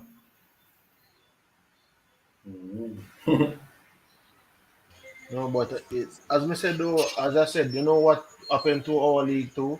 If you look on the down, if you as I say, you look at Sibao and all of those things, some of them Rasta. This is 7 foreign players. Like they say, foreigners. Say if and they're Rasta, there's an average of 7 foreign players in this league. Average of 7 players. Out here in Jamaica, how many players from overseas we have playing in the league? About 7, 2 Guyanese. In the overall league, no. So we can't even say the average is like 1 per yeah, and that is bad because that's where it falls down because at the end of the day there's not this influx. Why I think the English Premier League, this might be we're going too far, but the English Premier League is of such a high quality because of the influx of foreign players. If it was only domestic players from England playing in that league, I guarantee you nobody now watch it. Only probably because them speak English. That's how your league grow now, and that's how your quality grow. Right? When person gonna ask where the Asian team get money to pay the Brazilian players in. The Asian is sponsored by France. I think Asian City, their situation probably different because of the situation that their economy is in and the world the economy. What I'm saying, the league itself. You're the league. No, that's what I'm saying. So I think the other countries would come outside. They would get more help outside coming in. But the big ball in France, yet play for France, big team. When them becomes a great player, they don't play for Haiti. A few of them. Listen, when you hear say people play for France, most of the youth never play for France. The man them born in France, them parents born in some other country. Most of the youth, majority of them born in France. Remember now, that's why they don't give Guadeloupe, Martinique, and this country independence. Because when they have a youngster, look at it. I don't know if coach remember this guy was playing for Guadeloupe. The number 9, the striker, was in the Gold Cup. France trying to he can still play for France, because guess what? Fita, he can still play for France, because guess what? FIFA don't consider Guadeloupe an international team. You remember when Malouda did want to play for which team again? I don't want to play. Yeah, and then play for French Guyana. Yeah. And it makes them man beat Honduras. And just because Malouda play. And if Honduras Football Federation didn't bring it up, it'll go straight to the same way. Remember say Ansu Fati is playing a French when name Guinea. I don't remember the team name. But I'm not Spaniard. No, but in Bana, Spain. No, but I'm just saying. I don't even think so. You see, some of these things, it is just how it is. Because to me, if All me right, look at in this a now. Look at Spain, this. Look at this. Malik Tellman, there are two Tellman brothers in Bayern Munich, 21 and 19-year-old. America, German born. It's what you used to know. Berhalter go out and tell him, say, guess what? The German team, you're going to be weighed on the picking order. But however, if you come here, we're at the World Cup, it's a big possibility that you can be a part of it. You can make an impact.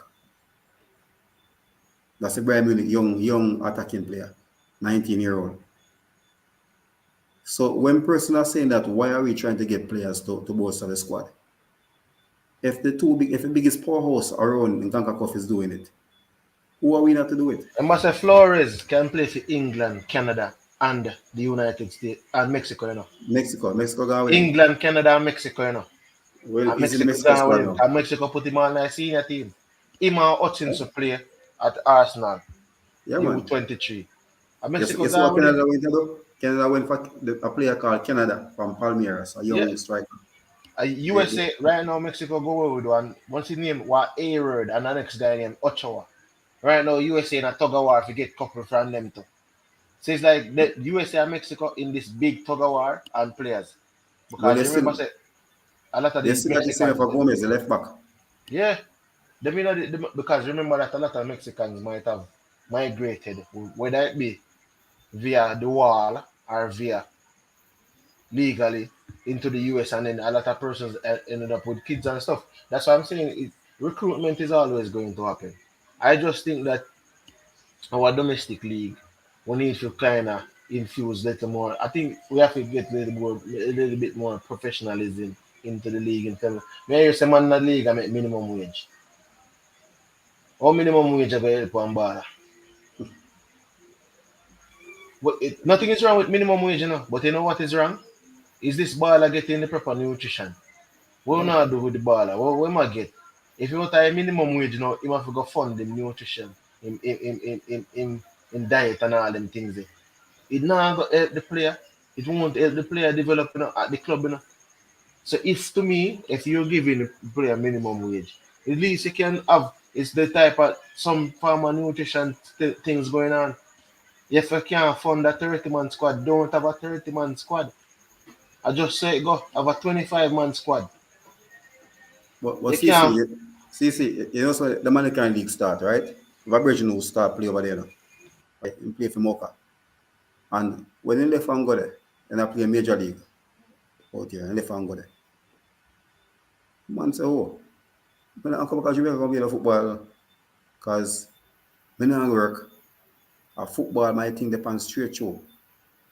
Right? That's my 9 to 5. Get up in the morning, train 7:30 to 9:30. Or even you do a pool session in the evening, your gym work, you done that for the day. That's the first year of the league, you know. And he said, guess what? You have everybody there with you. You see, you have a defensive coach, right? The head coach is there, but you have his defensive coach, goalkeeping coach, attacking coach working with the strikers.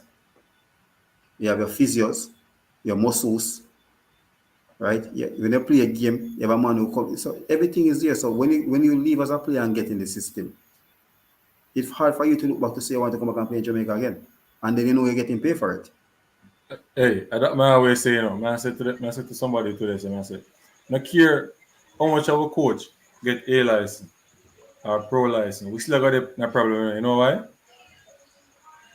We don't have the money to pay 5 coaches to work with a team. We need a defensive coach. We need what else?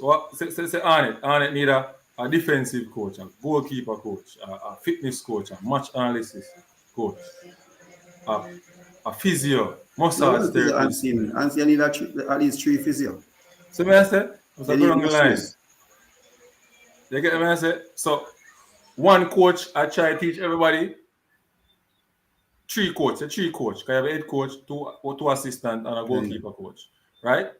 And then I specialize in the area. The goalkeeper coach only can coach the keeper. He must specialize in a defensive coach. There's a problem there. Or you get the goalkeeper link with the back line. You see what I say? But at the same time, unseen, when these guys are coaching, they are doing video analysis there now. Richard did there. Richard, I come from Sociedad.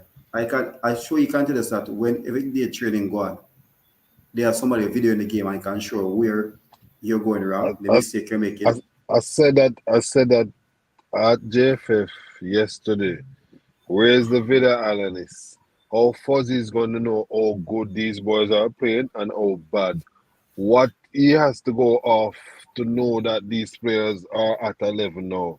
Him could have go back and watch these tapes, how the training are going while he's not here. You have 8 coaches at resources at every level. 8. Okay. Well, the only thing you can do, Richie, I do a fitness test and find out the level of them then fitness wise. If them the elite level. But unseen that not help. Unseen. Look on this. Let us see what here. We sit down and watch football, watch La Liga. I was the Cadiz and Girona and Eco side there play. It's a couple of weeks back. Me and Cadiz and me take the train and go across. Go in the city. Then I play. So I tell you the game I play. And pop me a pass and the man must. I say, hey, it's the game played on there, right? And I said, boy, pay 75 euro go watch full Cadiz. I say, well, that's civil. And you see how we see the team play on TV and we see like a 4-4 team. You can't go there man and see them because it's so. Right? Because that's the culture they have in football. That's how culturized they are. A man in a yellow shirt and I say, yeah. Who you support, amigo? Who you support? Yeah. And then the man they not professionalize the game out here, but you see to me, right? the game should have in your face. The Jamaica Premier League for in your face. We live in a small country, we not live in a big demographic, big expansion.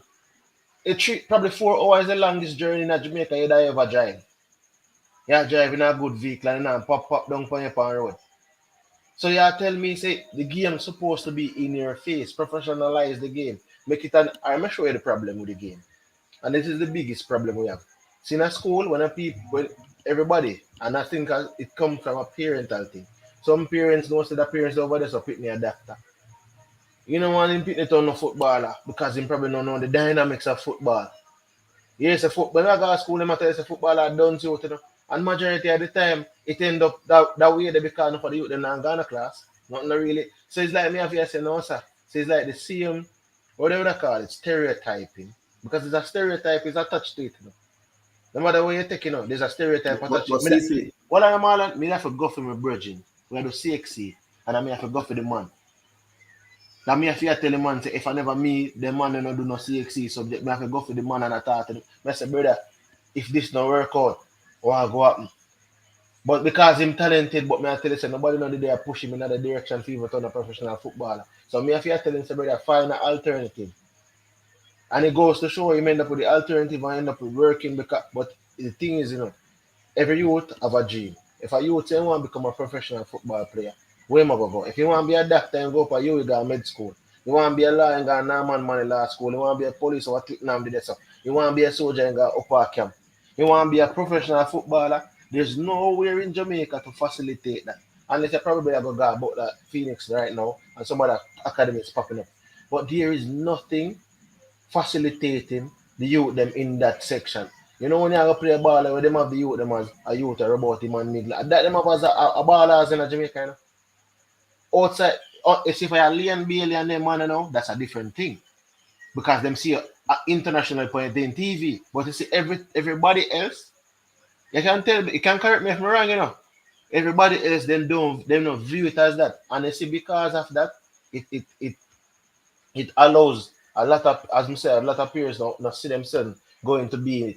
But look at it, Marlon. If Richie's son turned professional footballer, you say you get a son, me get a son, and you're looking at the name of the community, and you realize, say, yo, half of the community have doctor come out, the lawyer come out, they want footballer down there, so you understand? One footballer down there, so one footballer down there, so it becomes a thing where now it's not doctor, lawyer, Indian chief anymore. It's doctor, lawyer, Indian chief, footballer.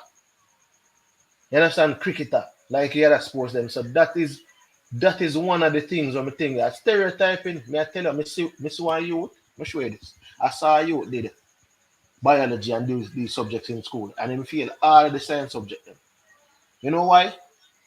The youth was supposed to be a computer, something there, a IT person. The youth is an IT whiz, but his parent saw the next parent's child becoming a doctor. And that's where he pushed the youth. And a youth, I'm talking to him and I tell him, say, brother, I don't want to do them subject, you know? Man feel all of the subject them more than. It's when the man the IT thing, I see man do something in the IT more than me say, I would have never dream to do them thing there. So right now, on the IT working at right now, because But that time come out of the household, he end up that's where his doing heart what is. he wants to do.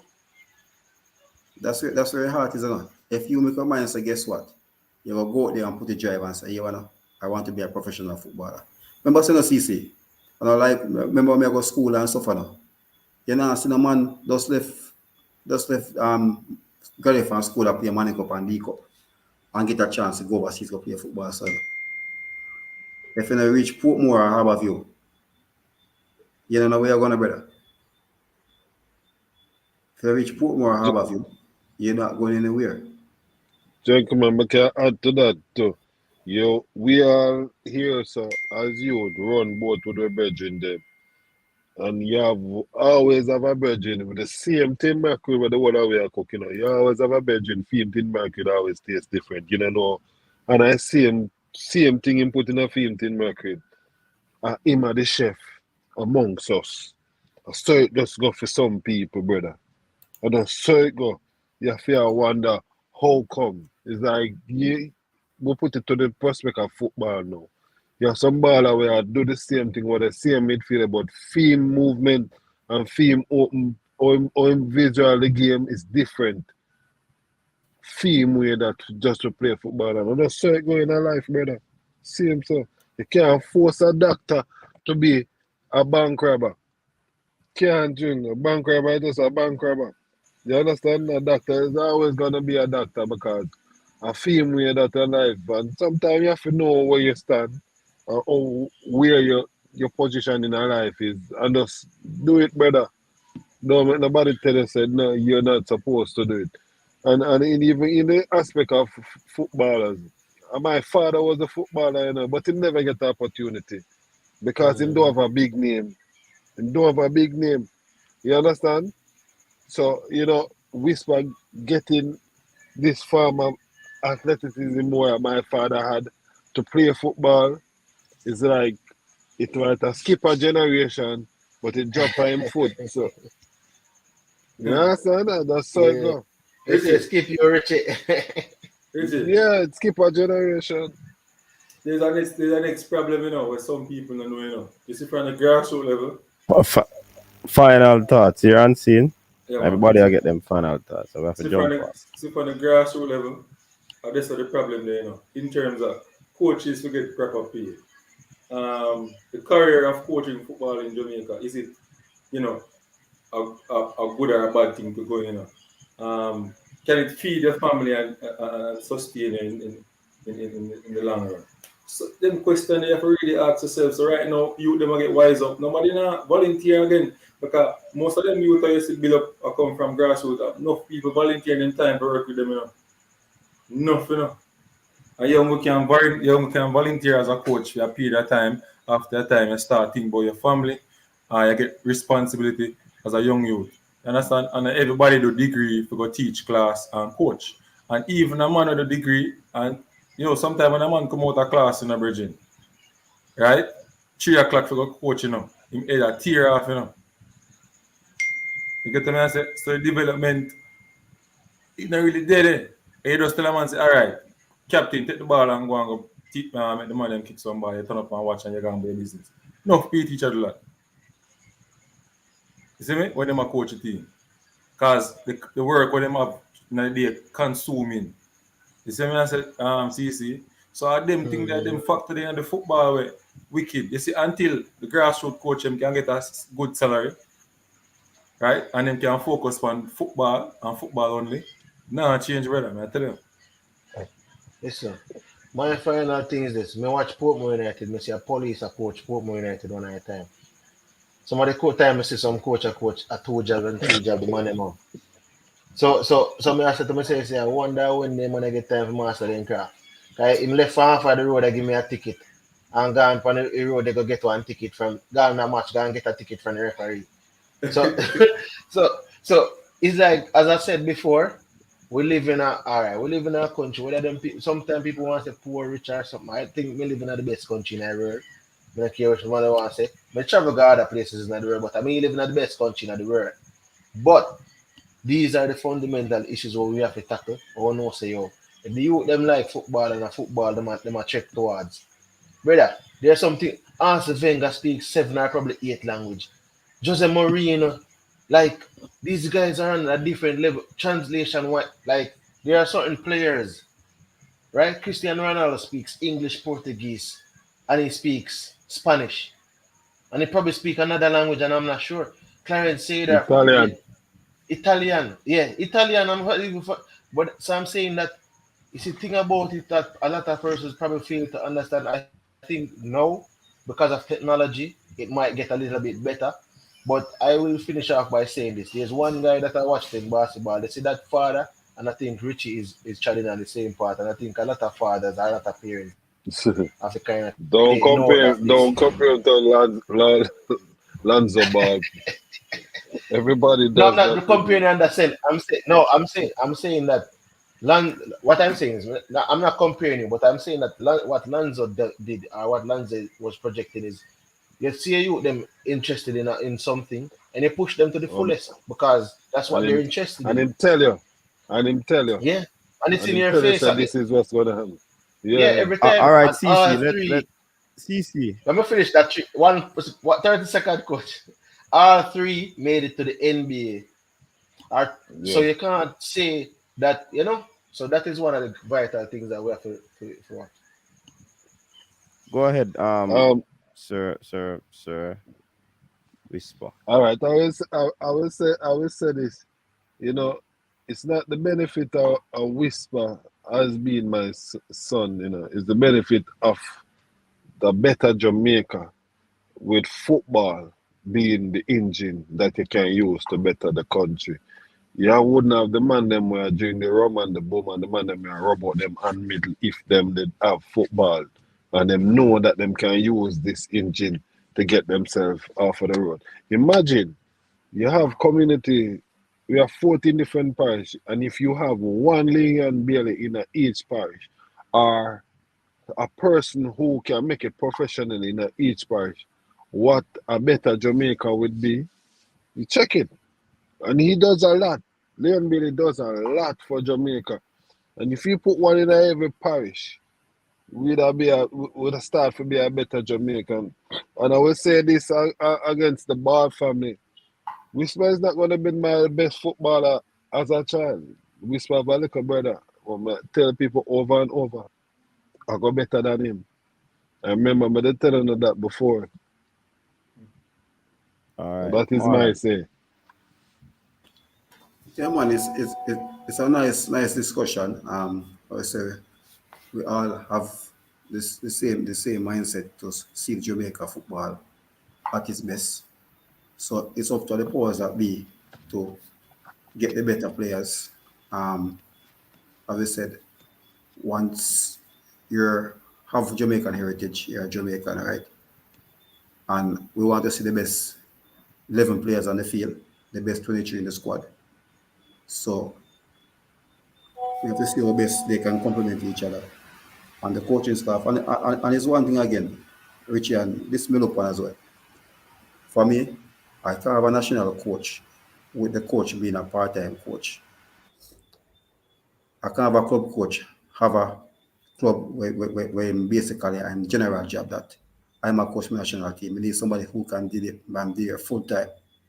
Because when you want to sit down and analyze the team, what time you have to analyze your club. And this is where JFF, they need to come out now, get a man and say, yeah, you're coach under 17, right? You're going to be the full-time coach for the under 17. And that's it, they have to structure the thing properly, right? No people say fuzzy name if you go a Waterhouse. Me can't support that. a waterhouse and bread and butter. Right? You ask me to fill a gap, I fill a gap. That time first choice work. That time full-time job. And this and they keep on doing this. They do it with the under 23 team. They do it. It's a thing they do every time we come to a team to qualify. You find a man say, "Yeah, I feel like gap for me." So they need to work on that still. All right, gentlemen, it was a very good show tonight. Over 3 hours. We are judged for 1.5 hours, and some very, very good topical discussion. Big up to Unseen. Big up to CC. Big up to Marlon. Big up to Riches and Royalty Sports. Thanks for all the persons who came out in the comment section. Those who watched did not comment. Thanks for the callers as well who called in. Let their voices be heard. Big up on yourself. And tomorrow we will continue on the topic of the FIFA visit, the whole reconstruction of football. You understand? And for the track and field lovers who are up early in the morning to talk about the Diamond League. You know what I mean? Diamond League. I think we're going to do a live on that, Obita and Brain Drain. I like track loving fans and big up on yourself. So people, stay safe. Remember that this video was brought to you by Richos Roots Drink. Richos Sorrel Roots Drink. Richos, a true Jamaican experience. All right? So continue to support the desk as we continue to send the words out in the atmosphere so that the powers that be can hear and understand that we love the sport and we have a voice, and we'll continue to talk the things to ensure that football is restructured on the island. Stay safe, people. Big up to Brain Drain, whose team is being battered by the Warriors at this point. One time. Rich's Roots Drink works for menstrual cramps and pain, migraines, fatigue, stress and tiredness, sinusitis, builds immune defense, bloating, enhances male bedroom prowess, and Rich's Sorrel Roots Drink works against all types of cancers and tumors, memory loss, high cholesterol, insomnia, nervous issues, flu, and many other illnesses. For your Rich's Roots Drink and Rich's Sorrel Roots Drink, contact us now via WhatsApp at 876-528-9534. Rich's Roots Drink and Rich's Sorrel Roots Drink. Rich's, a true Jamaican experience.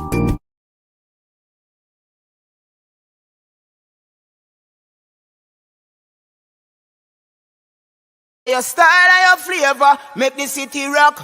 They must say the season come out with a bang. Coach Minzy, best round here. Remember that.